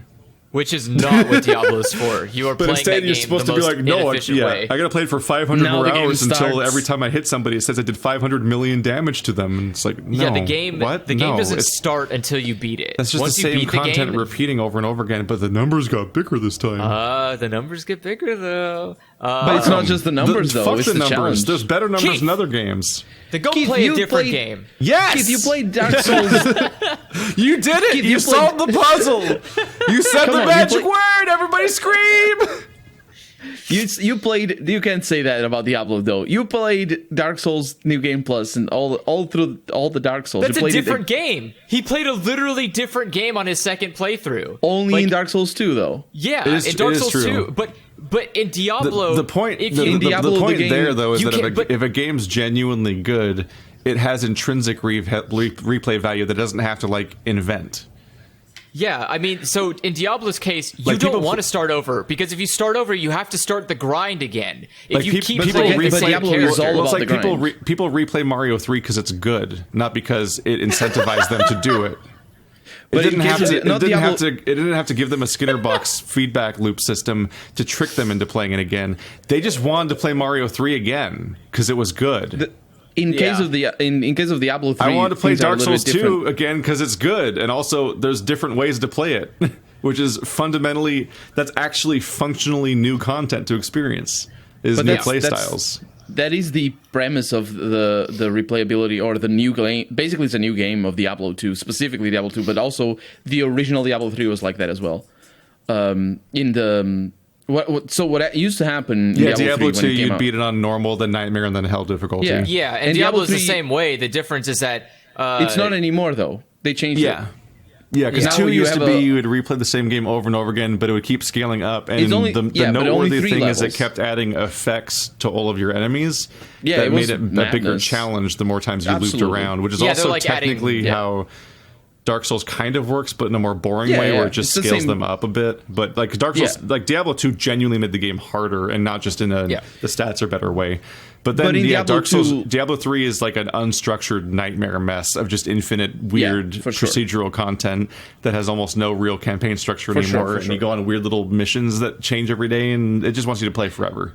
Diablo 2, though, you cannot get all the skills in a single playthrough. So you need to play into Nightmare mode, which is Correct. the mode after normal. Yeah. So Diablo 2 is you like... also can't get all the skills, period, because you cap at 99, and the talent tree is very big. But like, there's skills that only start at level 30, and they're important skills as well. And you usually get Diablo level 20. 3. No, Diablo 2. I'm talking Diablo 2. No, I know. I'm saying Diablo 3. Your character's built the moment you halfway through Diablo the 3, game, you're done. it's made differently now, and I think it's worse now. But I think it's also made in reply to people who don't want to play through the story again. Well, it's always But made Diablo is easier not about for the story, though. I feel, and I think it shows because it's bad. Excuse you, stay a while and listen. What the hell? No, because it's all that's sort of like more the ambience than anything else. You play through Diablo, and it's sort of fun to see all those old characters, but like you're really there to kill some Rakanichas going around and see what they drop. I mean, maybe you get a nice sword. The point is you're just play going on every a game. fucking. I have completely different incentive structures. Yeah. So the appeal of Diablo 2 for me, and it's why I didn't like 3 as much. I kept making new characters to try new builds. Like I never magic find farmed. I never tried to care about. I never did anything loot related or tried to do the Skinner box stuff. I just kept being like, can I make like a rabid druid? I want to play a rabies druid. Yeah, or like I'm gonna try playing like an elemental discharge paladin or something. How do you make new builds without loot though? What? Like you need things to drop to make a new build. Skill tree. He just has a skill tree that's so expansive that just you can only play. half the character. Sorry, Well, if anyone speaks even close to when you speak, Colonel, your voice completely drops out like how Effie's does sometimes. I think Discord has an issue with international people. Like I think if you're international, it literally drops you out of the bandwidth of the voice chat whenever anyone else talks, and so it's really weird, but no one can understand. It's like USA. Like you're hearing it too, right, Andrew? Yeah, I can hear it. Yeah, he turns into like he sounds like a 7 layers of interference phone call where I'm just like I tried to shut up when I noticed that that's happening, so nothing is lost on the end result of the podcast. What I was saying is like the items are just or the skills are just half the character. If you're gonna make a new build, you're gonna need some items. You might not get the best items, but like if you were gonna there's no one there to tell you in Diablo 2 what to value or what winning is what success is. Yeah. So the items didn't really matter. Like I just built a new character. And I would just fucking go, and I'd be like, and I'd plan out like I can budget out these many points by level like 70, and I'll have this stuff. The items didn't matter in a way that mattered. Like the items didn't matter in a way that affected my gameplay and choices. For me, but it's still fun, something only matters if it's making me think and make choices. So like in Darkest Dungeon, placement matters because I have to think about it all the time. Yeah. In Diablo 2, items don't matter because they just shower at me at a random interval, and then every now and then, every half an hour or so, I just kind of look at them for a second, be like, oh, I guess those ones are better, and then I throw away the rest of them. I'm not making choices. That's Diablo 3. Yeah, well, that's Diablo 2 also. Like in Diablo 2, I wasn't like optimizing. I didn't have to make careful choices about my gear. It's just as you level up, the new stuff's clearly better, so you throw that stuff on and then you move on with your life. What characters did you play the most in Diablo 2? Yes. I had several accounts of like this was an era where I had fewer video games, and I was so psyched to have my own computer, so I was playing a lot of PC games solo and so on. But I had multiple entire accounts full of Diablo 2 characters that were all different builds.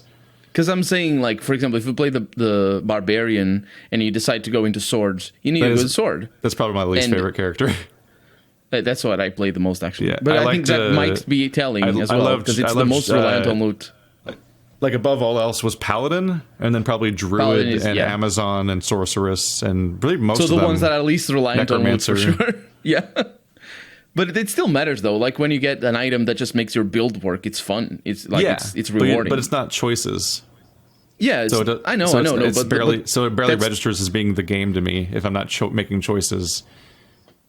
It's all about risk reward. No, like, if I do this or that, like XCOM, do I try to flank over here and take the shot, or do I try to heal this turn and bunker down? Like, which one am I going to do, and how's it going to pay off? It's like in Diablo, you just play, and your inventory kind of accumulates detritus, and then you put the good ones on and move on with your life. Yeah. And it's not really a choice. It's not engaging gameplay. if anything, But the engaging part was it does just depend on the builds, though. having a plan on your build and knowing what you wanted to do and looking at the synergies between the different talents, and also on some level just the kinetic satisfaction of the visual and audio design of the attacks, because they had to carry a lot because you were doing like 2 of them total per playthrough. Yeah, absolutely. It's a very simple game. The Barbarian even more, actually. I think it's so telling that I like the Barbarian, and that's your least favorite. There's certain things in common between like that kind of dungeon crawler, loot grinder, and like Dynasty Warriors. Dynasty Warriors. They hit a similar scratch where you're just kind of doing the same thing over and over again, but they make it satisfying enough in the moment to just pull off. But I will say, like, that wore off on me, like, because Diablo is simple enough that like it's like you hit one game of that style and you're like, oh yeah, let's do this for a while, and then like it stops being a new experience eventually, and you're like, I can't go back to just left clicking on things. You don't and need having it. go, You don't need it anymore. You've been there. It's good. Yeah, I'm at the same level. I'm at the same level for sure.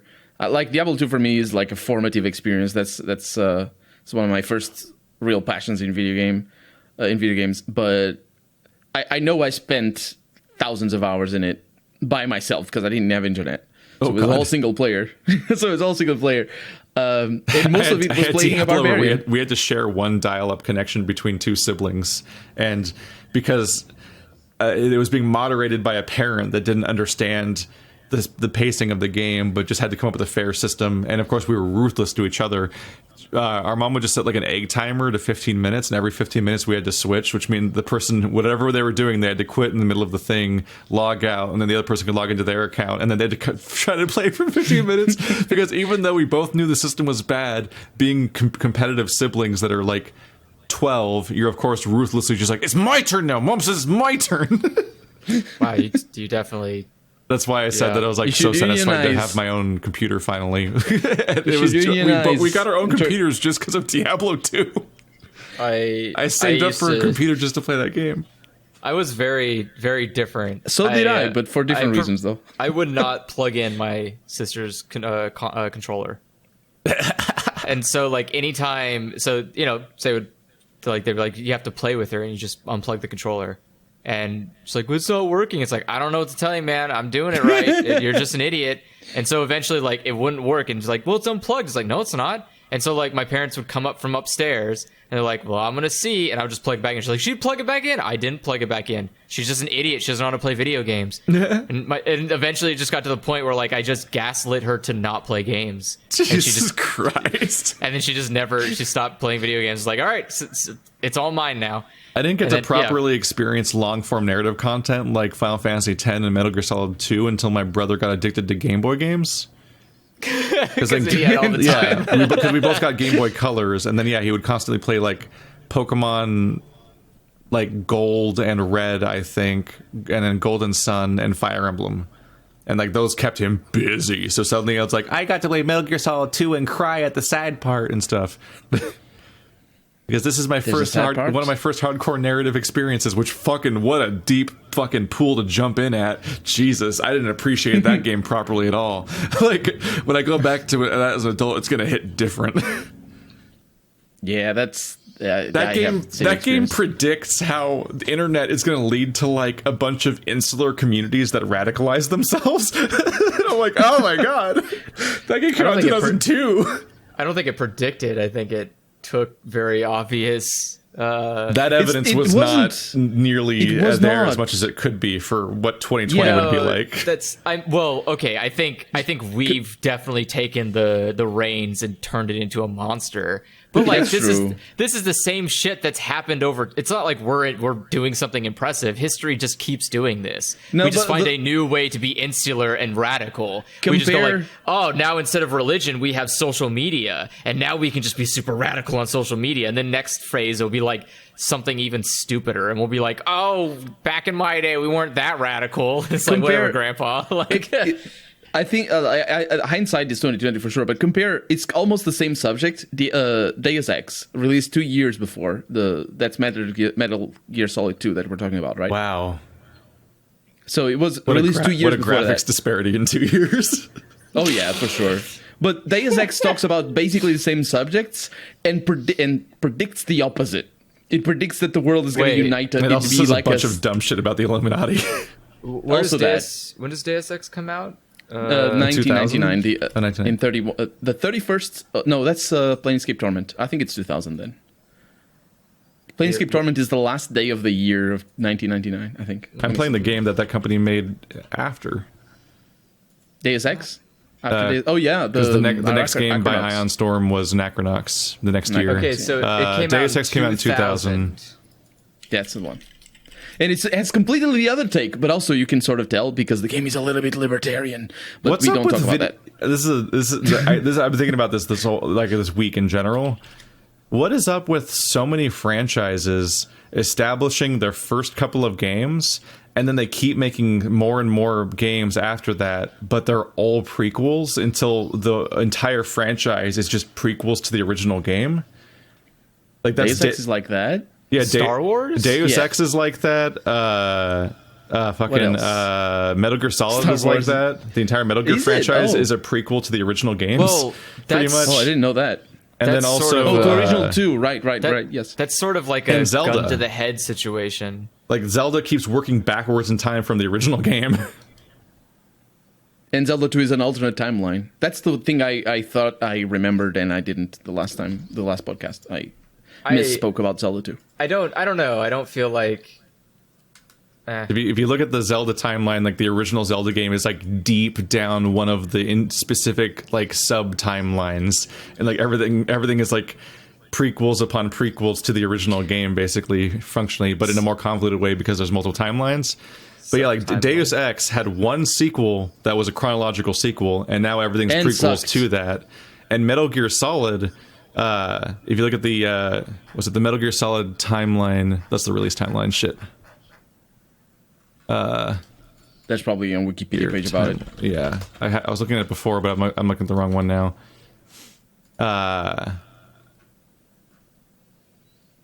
The first one is Snake Eater. Oh yeah, if you go to Metal Gear on Wikipedia, there's a Metal Gear chronology. timeline. There we go. I found the page. Yeah, like Metal Gear Solid and like the original games. If you look at it, like if you look at either Metal Gear or Solid as the first games, you can see that 50% of the franchise is now before them. Before, yeah. It's like Snake Eater, Portable Ops, Peace Walker, Ground Zeroes, The Phantom Pain are all prequels to just Metal Gear itself. And it's just, it keeps going. And then so Metal Gear and Solid Snake take place before Metal Gear Solid. It's like the only sequels to Metal Gear Solid are Sons of Liberty and Guns of the Patriots. And then Revengeance, if you can. Like it is in the timeline, but it is like a different franchise. But like a third of the sequels are a different, like, not franchise, sorry, but a different like genre, like type of game entirely, like a spin-off. Oh, I see. But like Sons of Liberty and Guns of the Patriots are the only sequels to like Metal Gear Solid, for example. But there's like, they just keep going back in time, and the longer the franchise exists, the more they continue to be prequels. And it's like, so they're prequels that are retconning other prequels eventually, to the point where like they're like, we made Metal Gear Solid 3, and the protagonist turned out to be the guy that was the antagonist of the original Metal Gear, the big boss. But, like, the character doesn't quite line up because he's too likable. So we need to come up with a reason why he's not really that guy. So they made the entirety of Phantom Pain. Have you watched the they make entire Super Bunny game. Hop video on it? I've watched every Super Bunny Hop video, but I've watched like every. Like half, like the That's prequels a bad thing. The prequels start retconning other prequels that are just all meant to set up the original game, and it's like, fuck, this is just a nightmare. And a lot of it is just because they kept wanting to make more, and Kojima's like, no. And they're like, fine, we'll do it without you. And he's like, fine, I'll fucking show up to work. Just stop. And he's it's the struggle of like, what do you do when the overlords force you to make more games, but you made an ending? Yeah, like Kojima's just like the Mass Effect problem. Like the ending of Mass Effect 3 is so not only conclusive but also like widespread in its ramifications, while having several different options that are completely different in what they mean, that you can't make a sequel unless you either pick one of them to be canon or invest next level amounts of resources that no one wants to do. So then it's like, do we make a prequel, or do we jump to a different galaxy entirely, or do we reboot it? Deus Ex has the same issue though, because it also has an ending that is pretty major. And what they Yeah. did with Invisible Wars is that they assumed one was canon, and then the Invisible Wars ending is also pretty major. Yeah, but they it's keep, even they, more they options. keep doing that. Yeah, they did the same thing again with Human Revolution, where it has widespread different endings, and then Mankind Divided just picks one. But I think that's good. I think that's good. And You know, it sort of plays it also plays it a little vague of which one it means as canon. Like it tries to be a little open, which also kind of makes the ending not feel important if you're trying to make them all simultaneously potentially canon. Which Yeah, means that's you're not a bad move. that just means you're not letting the outcome of those choices play out. yeah. That's Yeah, a bad no. move. I think I think it's okay to have a sequels to a game where the ending you just pretend didn't happen, or just pretend that something else happened, because retconning the ending is okay. Retconning like characters or retconning themes sometimes, that's not. I don't think that's good. I don't think 'Cause- I think you should just not write yourself into a hole where you have to retcon anything. Like just No, but like sometimes you want it's to. a motivation contradiction where in Western style RPGs, aka the ones that are RPGs and actually RPG where you role play, Yes. you make a series of choices the entire game, and due to the law of escalation and narrative, you want to end on a really big, impactful choice that ends the narrative and is really important, and it often involves you basically having way too much power for one big choice in a lot of these narratives. But then they're like, but also there's the motivation of make a sequel, and you're like, fuck. So they have to figure out how to Yeah. square those two. And in the case, and it's always back and forth. Like you have like in The Walking Dead, the moment a character can die, they tend to become significantly less important to the narrative, as if they did die, even if they survived, because they can't rely on them being there, but they have to come up with a I don't mostly think that's good, consistent though. narrative. It's not good. 'Cause look- and then you look have, at- and the same thing happens in Mass Effect, where it's like, do you want the council to live or die? Well, the council's going to sure come up a whole lot less for a while now because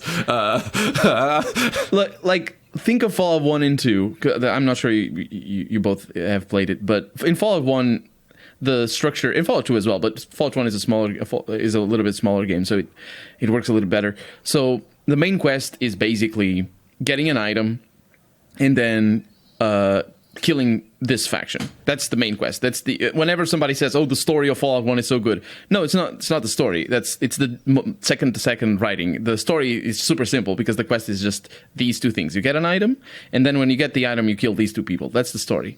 And those are the major repercussions. But there's, for example, the NCR that I don't know, you both played New Vegas, so you might know the NCR. it's been like a faction. decade.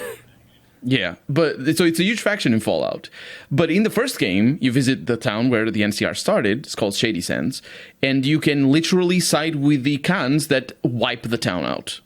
They're the same clan that later on shows up as well. You can also wipe the Khans out completely. And in Fallout 2, there's an NCR. The NCR evolved from Shady Sands, and nobody ever questioned it, even though in the first game, mostly because it's also meant to be replayed and see the different options. So you never really want to see wiping Shady Sands out or saving it as a canon. It's just the things that you do in Fallout 1. And then in Fallout 2, there's a new setting. It's like why 2. every Wasteland game has to be set in a different region, because they can't deal with the fallout of what you did to the previous region. But I don't think they need to deal with it. They just choose what I think it's fine to assume that the player saved Shady Sands. It's just this funny That's what outcome where most it's like people do anyway. you play Wasteland 2 and it's like you can kill every Yeah. character if you want to. And it's like, well, guess what? The next game's set in Colorado. That's how true. we skip past that problem. Which Yeah. character survived? You remember, right? Because we don't. we're just gonna I don't not remember. touch that again. But There's some that's characters why that I show can up never and be I'm like, mad. I can never be properly mad at Mass Effect 3. Because those beautiful bastards tried to finish a trilogy full of choices, and they actually tried to honor every single surviving character they possibly could with entire scenarios that you won't even see from playthrough to playthrough, because they tried to cover every single possible outcome as best they could. And yeah, there's no clean way to put an ending after that. But while the ending of that game isn't great, the game itself is a fantastic ending to a trilogy. It goes so far in so many ways to cover so many outcomes across so many characters and honor that you care about these characters that you haven't even been able to play as since 2 games ago in many cases. And then just to add to that, even though they did a good enough job in the original game, they then added like a several hour long party where you can just hang out with those characters as a DLC. And it's so good. Oh, and yeah. it's like, and it's all voiced. And it's like this, it's like that's hard to do in a text based game. And they did it fully voiced. And it's like, that's so much honoring of past choices in a way that almost has never happened before. It's never and happened, because really. the reception was true. so bad, it'll probably never happen again. I don't know that I don't think that's going to be the reason, though. I think it required a big studio to make a game like that, but I think they wanted to make not Bard's Tale. It's just so much work. Like every Dragon Age 4. like every Dragon Age game is like, hey, new character, new location, because we're only going to deal with a few of the things you did last game. We can't deal with all of them. It's too much. Oh, I see. Yeah, I was thinking of a different thing. Dragon Age 4 was supposed to be like a replayable RPG. Yeah, like it's really and funny they playing scrapped like Inquisition, and I'm playing as my Inquisitor, and then like my Dragon Age 2 protagonist walks in for like a one quest cameo and kisses his boyfriend and then leaves. Like it's like, hi, I'm here for this modular piece of content. Farewell, because like that's how they can honor your past choices, is really inorganically, because doing it the way that you'd hope it would be is just so much work. And Mass Effect 3 is like one of the only ones that kind of felt like it did a good job, and I don't know if it'll ever quite be that good again. At the same time, like the popularity of streaming of turn-based tabletop role-playing games really shows what role-playing games are supposed to be. I think a lot more people are aware of how powerful it is to have a custom tailored, or as close to a custom tailored story as possible. Oh, it's so fun. It's so fun just to be so thrown good, into yeah. like a problem and be like, I need to think of a solution, but also I can just think of a solution. I can't. Yeah. I don't just press X or Y to do those choices, or try using my lockpicking skill, because that's my one thing. It's like I can do weird shit. And like the go-to is always like I would like to seduce the dragon, but like you can do really, really weird shit in D&D, and it's so fun. And some of it's completely, and enable the emergent storytelling where the players just create a story from nothing and create their own problem and solution amongst the players that it wasn't even in the narrative or the setting.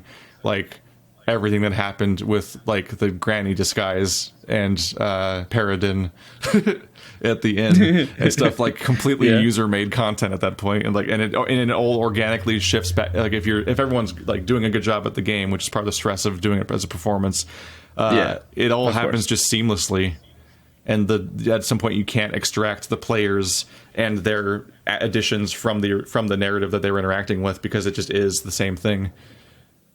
And that's what Western RPGs are chasing after, and that's why they're chasing after that. Not all the time. Well, they're chasing they're always chasing after a version of that, because that's the premise of that subgenre. Yeah, specifically, I don't like stuff absolutely. like Diablo does not count as a Western RPG. That's like a different genre entirely. It's an artifact from a time before we really had that. I think games like Fallout and Baldur's Gate really allowed to define that sort of Fallout, Baldur's Gate, driven. Wasteland, and to some extent games like Dragon Age and Elex and whatnot. But like what they can accomplish is always variable, and it's always a 80% finished sculpture of an attempt that they were going for, and they never make it. But it's still my favorite genre, just kind of watching this fucking like it's funny that there's several games where Icarus is a theme, because the whole genre is Icarus. The entire genre is a series of games that fly too close to the sun and fail, and they've never nailed it. They've never nailed it, except maybe when I get around to it, maybe Torment did, because people keep raving about it. But like almost nothing ever actually makes it to this finish line that they're all going for. They're all chasing an ideal that has never been accomplished, and I just like watching them do it. Torment doesn't do nearly as well as, like, it's well written because the characters are really weird and really interesting. But it has like some major limitations to it. Like Disco Elysium. Yeah. Like I think it's a good example. So cool, but has such obvious limitations to certain aspects of it. Yeah. Torment is a little bit like that as well. I think Disco Elysium and Torment are two peas in a pod in some regards. But I think Torment is better, or is if you've never played Torment, it's like Psychonauts meets Dragon Age in a setting that is fully Dungeons and Dragons, because it's the same sort of style of writing. Are you Nino Kunoing people? I don't know what that means. You go into the dream world to like fight their demons literally, and then they're better in real world. Oh no! Because in Psychonauts you have to go in people's brains and stuff. Let me see. You sort of maybe do a little bit. There's a lot of portals. There's a you might do a little bit of that in Planescape Torment, but no, that's not what I mean. What the game. How the game looks like Psychonauts is more in the style of writing. It's not self-referential. It's sort of like out there. It doesn't try to follow any lead. It doesn't compare to any other RPG. It's like fresh and different. Which is like the best news. Yeah, but at the same time, where it meets Dragon Age is how it focuses on certain nodes of the storytelling. So you have certain chapters, sort of. Yeah, similar like that. I mean, it's by BioWare. So the way that BioWare games are very location based. You go to a region and it's an isolated piece of content. You do all the content there, including its self-encapsulated side content, and then maybe one or two of the things kind of carries over to the rest of the game where you make a choice at the end. But that's most of the experience. Yeah. I think the sequel, or spiritual sequel anyway, Torment, Tides of Numenera, doesn't do that as much. I think it's more linear. It's not linear. It's less linear, in fact, but it's more drawn out. So the storylines sort of work over bigger sections of the world of the game. So I think the second game does a better job in being a more modern RPG, but the first game is really more. It's really about enjoying the dialogues that can go on for half an hour or even an hour. As a Let's Player, don't you get this feeling of like, man, this is why I do this? Whenever you encounter a game that like instead of iterating, genuinely does something like new, and you're like, I'm playing something different today. Oh fuck! Absolutely. I think it's like Disco Elysium definitely did that. Disco Elysium or Outer Wilds. Outer Wilds also did that a couple of times. Oh no, Outer Wilds for sure did, but Outer Worlds definitely did that also a couple of times. I only streamed Outer Wilds. Yeah, you sort of killed them all though, Andrew. Andrew did shoot people all the time. They didn't give me a choice. The only option was either bad or bad, and I was like, no, I could just not. The Outer Worlds successfully pulled a fake ending on me. I was set up to be the ending, to be like, I'm recording the last episode. I was all thinking of all what I was going to say about the ending. I was like, oh, this is going to be the ending. And then all of a sudden, no, surprise, last chapter. And I'm like, what? Because I thought it was going to end badly based on my choice, and then it didn't. Like, I just think about it like when I look at Genshin Impact, I'm like, this is like an infinite, it's like a salad of other people's recycled ideas iterated again and again in a way that many, many, many games are. And then I play like Pyre, and I'm like, I don't even know how to categorize this at first. What is this game? I'm playing a rugby visual novel that functions as basically being, yes, an RPG, because not only do you have a party of characters that are leveling and whatnot, but also, like, more specifically, the entire game is you making a series of choices, but most importantly, it does the really cool thing where some of your choices aren't conscious. Because some of your choices are skill checks, but not skill checks based on like a math thing happening, but in that you have a thing and you potentially want this outcome, but you have to earn it. And if you don't earn it, the game keeps going, and an outcome that you didn't want happens. And it's like, that's fucking great. What a cool way to do a story. Yeah. The Outer Wilds you mentioned as well. I think the Outer Wilds is an amazing game, absolutely. But I think it's just so unique. It's not so much unique on the individual mechanics or even the storytelling, even though it is also on the storytelling. It's such a beautiful tale, but it's unique in the way it joins them all together. I was honestly very surprised when the Outer Wilds gets the twist in the first time, and I'm like, what the heck just happened? Mm-hmm. And then I realized what the game is all about. Because I spent so long talking to the people over in the first world, so it took like me 2 hours to get to the first moment. I don't know if Andrew has played Outer Wilds. Yeah, I've played a bit of it. I kind of lost interest because I got halfway.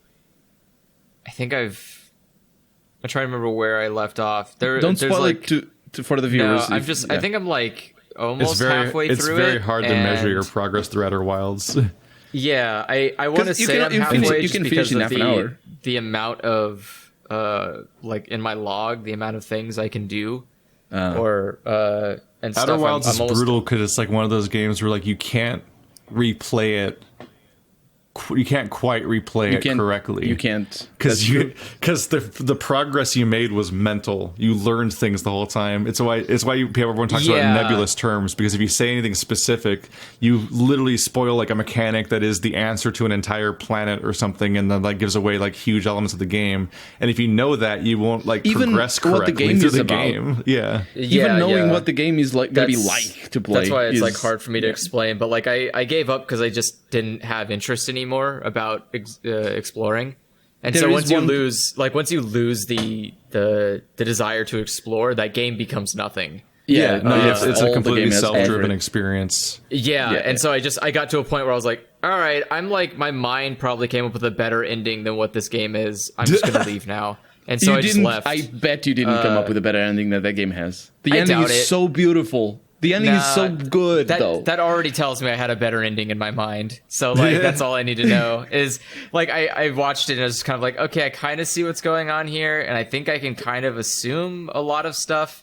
And then I went Okay, to another maybe- planet. I was like, okay, I think I'm being justified You got to in my remember, assumption. you have to filter it through Andrew.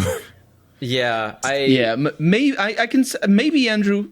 Maybe you do have an experience that would be able to allow, like knowing the ending myself. Maybe you can kind of tell. But I was very surprised by the ending. But Like that doesn't necessarily mean that he predicted it. It just means that like it Yeah. doesn't mean that he'll like it, even if a lot of people do. Yeah. yeah. That's another. Yeah, that's different. It's tough because like I in my head I'm more likely to imagine a better scenario that would be what I want the ending to be than what the ending will most likely be. So I don't know, but I don't think it's a bad game. It's just if you lose that drive to self-explore, then the definitely game true. just halts for you, and you're like, well, Yeah. I'm not going to do anything now. It needs. I think it needs a little bit of help to.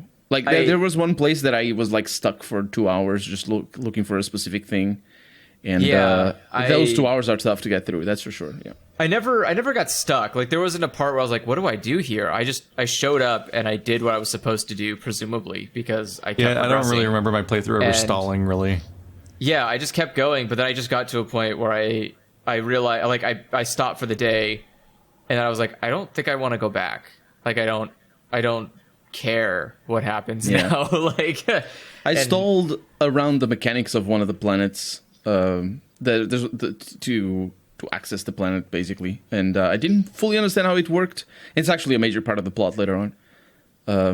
So that's probably important. I couldn't advance in the storyline. I would have seen it. I saw everything that I could see and learned and read all the things. But there were some places that I hadn't visited. I knew that, but then I realized one of the I think it's the tiny one. You realize that you just completely didn't understand one of the planets or something. Yeah. Yeah. That's the one. And then these things work like this. Yeah. That's a game of aha moments. It's some neat shit. Oh yeah, from the beginning to the end. From all of the narrative the and all the ending is- mechanics. Yeah, I Yeah. think the first time the first time you kind of pick up on what's going on with the game, you go like, oh, and then from there you're supposed to like that's supposed to fuel you to continue forward. Oh yeah. The moment I saw the, I'm not gonna spoil it though because it's brilliant. But I saw something in the sky that I could have seen from the beginning, and I was like, wait a minute. Oh, that was so yeah. great. And I'm Games gonna like, find that. games I'm like The gonna go Witness and Outer Wilds and a bunch of other games. Like, there's always that thing where you like realize something's been there all along. And you're like, oh, Yeah. I understand Yeah. the world differently. It's kind of like Yeah, I the did. Metroidvania mechanics where you keep seeing like a signpost or thing of like there must be some way to do that, but I don't know how to do that yet. Like what's up with what's the purple door, or like what's with the grate? And you don't and like when you get the ability to turn into like mist in Castlevania, you're like, oh, that's what the grate's for. But like, But instead of abilities, really- it's just knowledge. yeah, in some It's just cases, you games knowing. like Outer Wilds and Witness, like there is no power up. It's literally just like there's a thing that's potentially everywhere, and you didn't even know to register what it was. And so when you have the realization, you're like, oh, we have to go back. Yeah. That's I wish I had done a Let's Play instead of a Twitch stream, because I think You just got to record all streams of are your different. streams, and then you don't. I then did. You just, I then have you the can just videos. retcon your choice. I have the videos, but I could edit them into something. But Yeah. it's streams, so It's still It's your different, it's still your blind experience of it. You just label it or whatever. yeah. I just get, if I wanted to go back to it and play it again and show it again, it's never going to be the same at all because I know where to go. I know what I'm looking at, and all those me looking at this rock that disappeared from me, and I was like, And then that's. All right, we got to that cut game's this so off. good. We're 3 hours in. Yep. Mm-hmm. I didn't even get to talk about all the other bad stuff in Genshin Impact. Oh, we are going to talk about it next week. I didn't and get to tell you everybody's about going to like The it. fucking About- Genshin Impact trilogy. I didn't get to tell you about how there's some places that you can only get loot certain times of the day or certain days Oh, we don't of the need to hear week. that. Okay, it's Oh, good. no. We don't need to hear about more terrible things. See you later, everybody. Thank you Fire for showing hot. up. guys. Don't touch fire.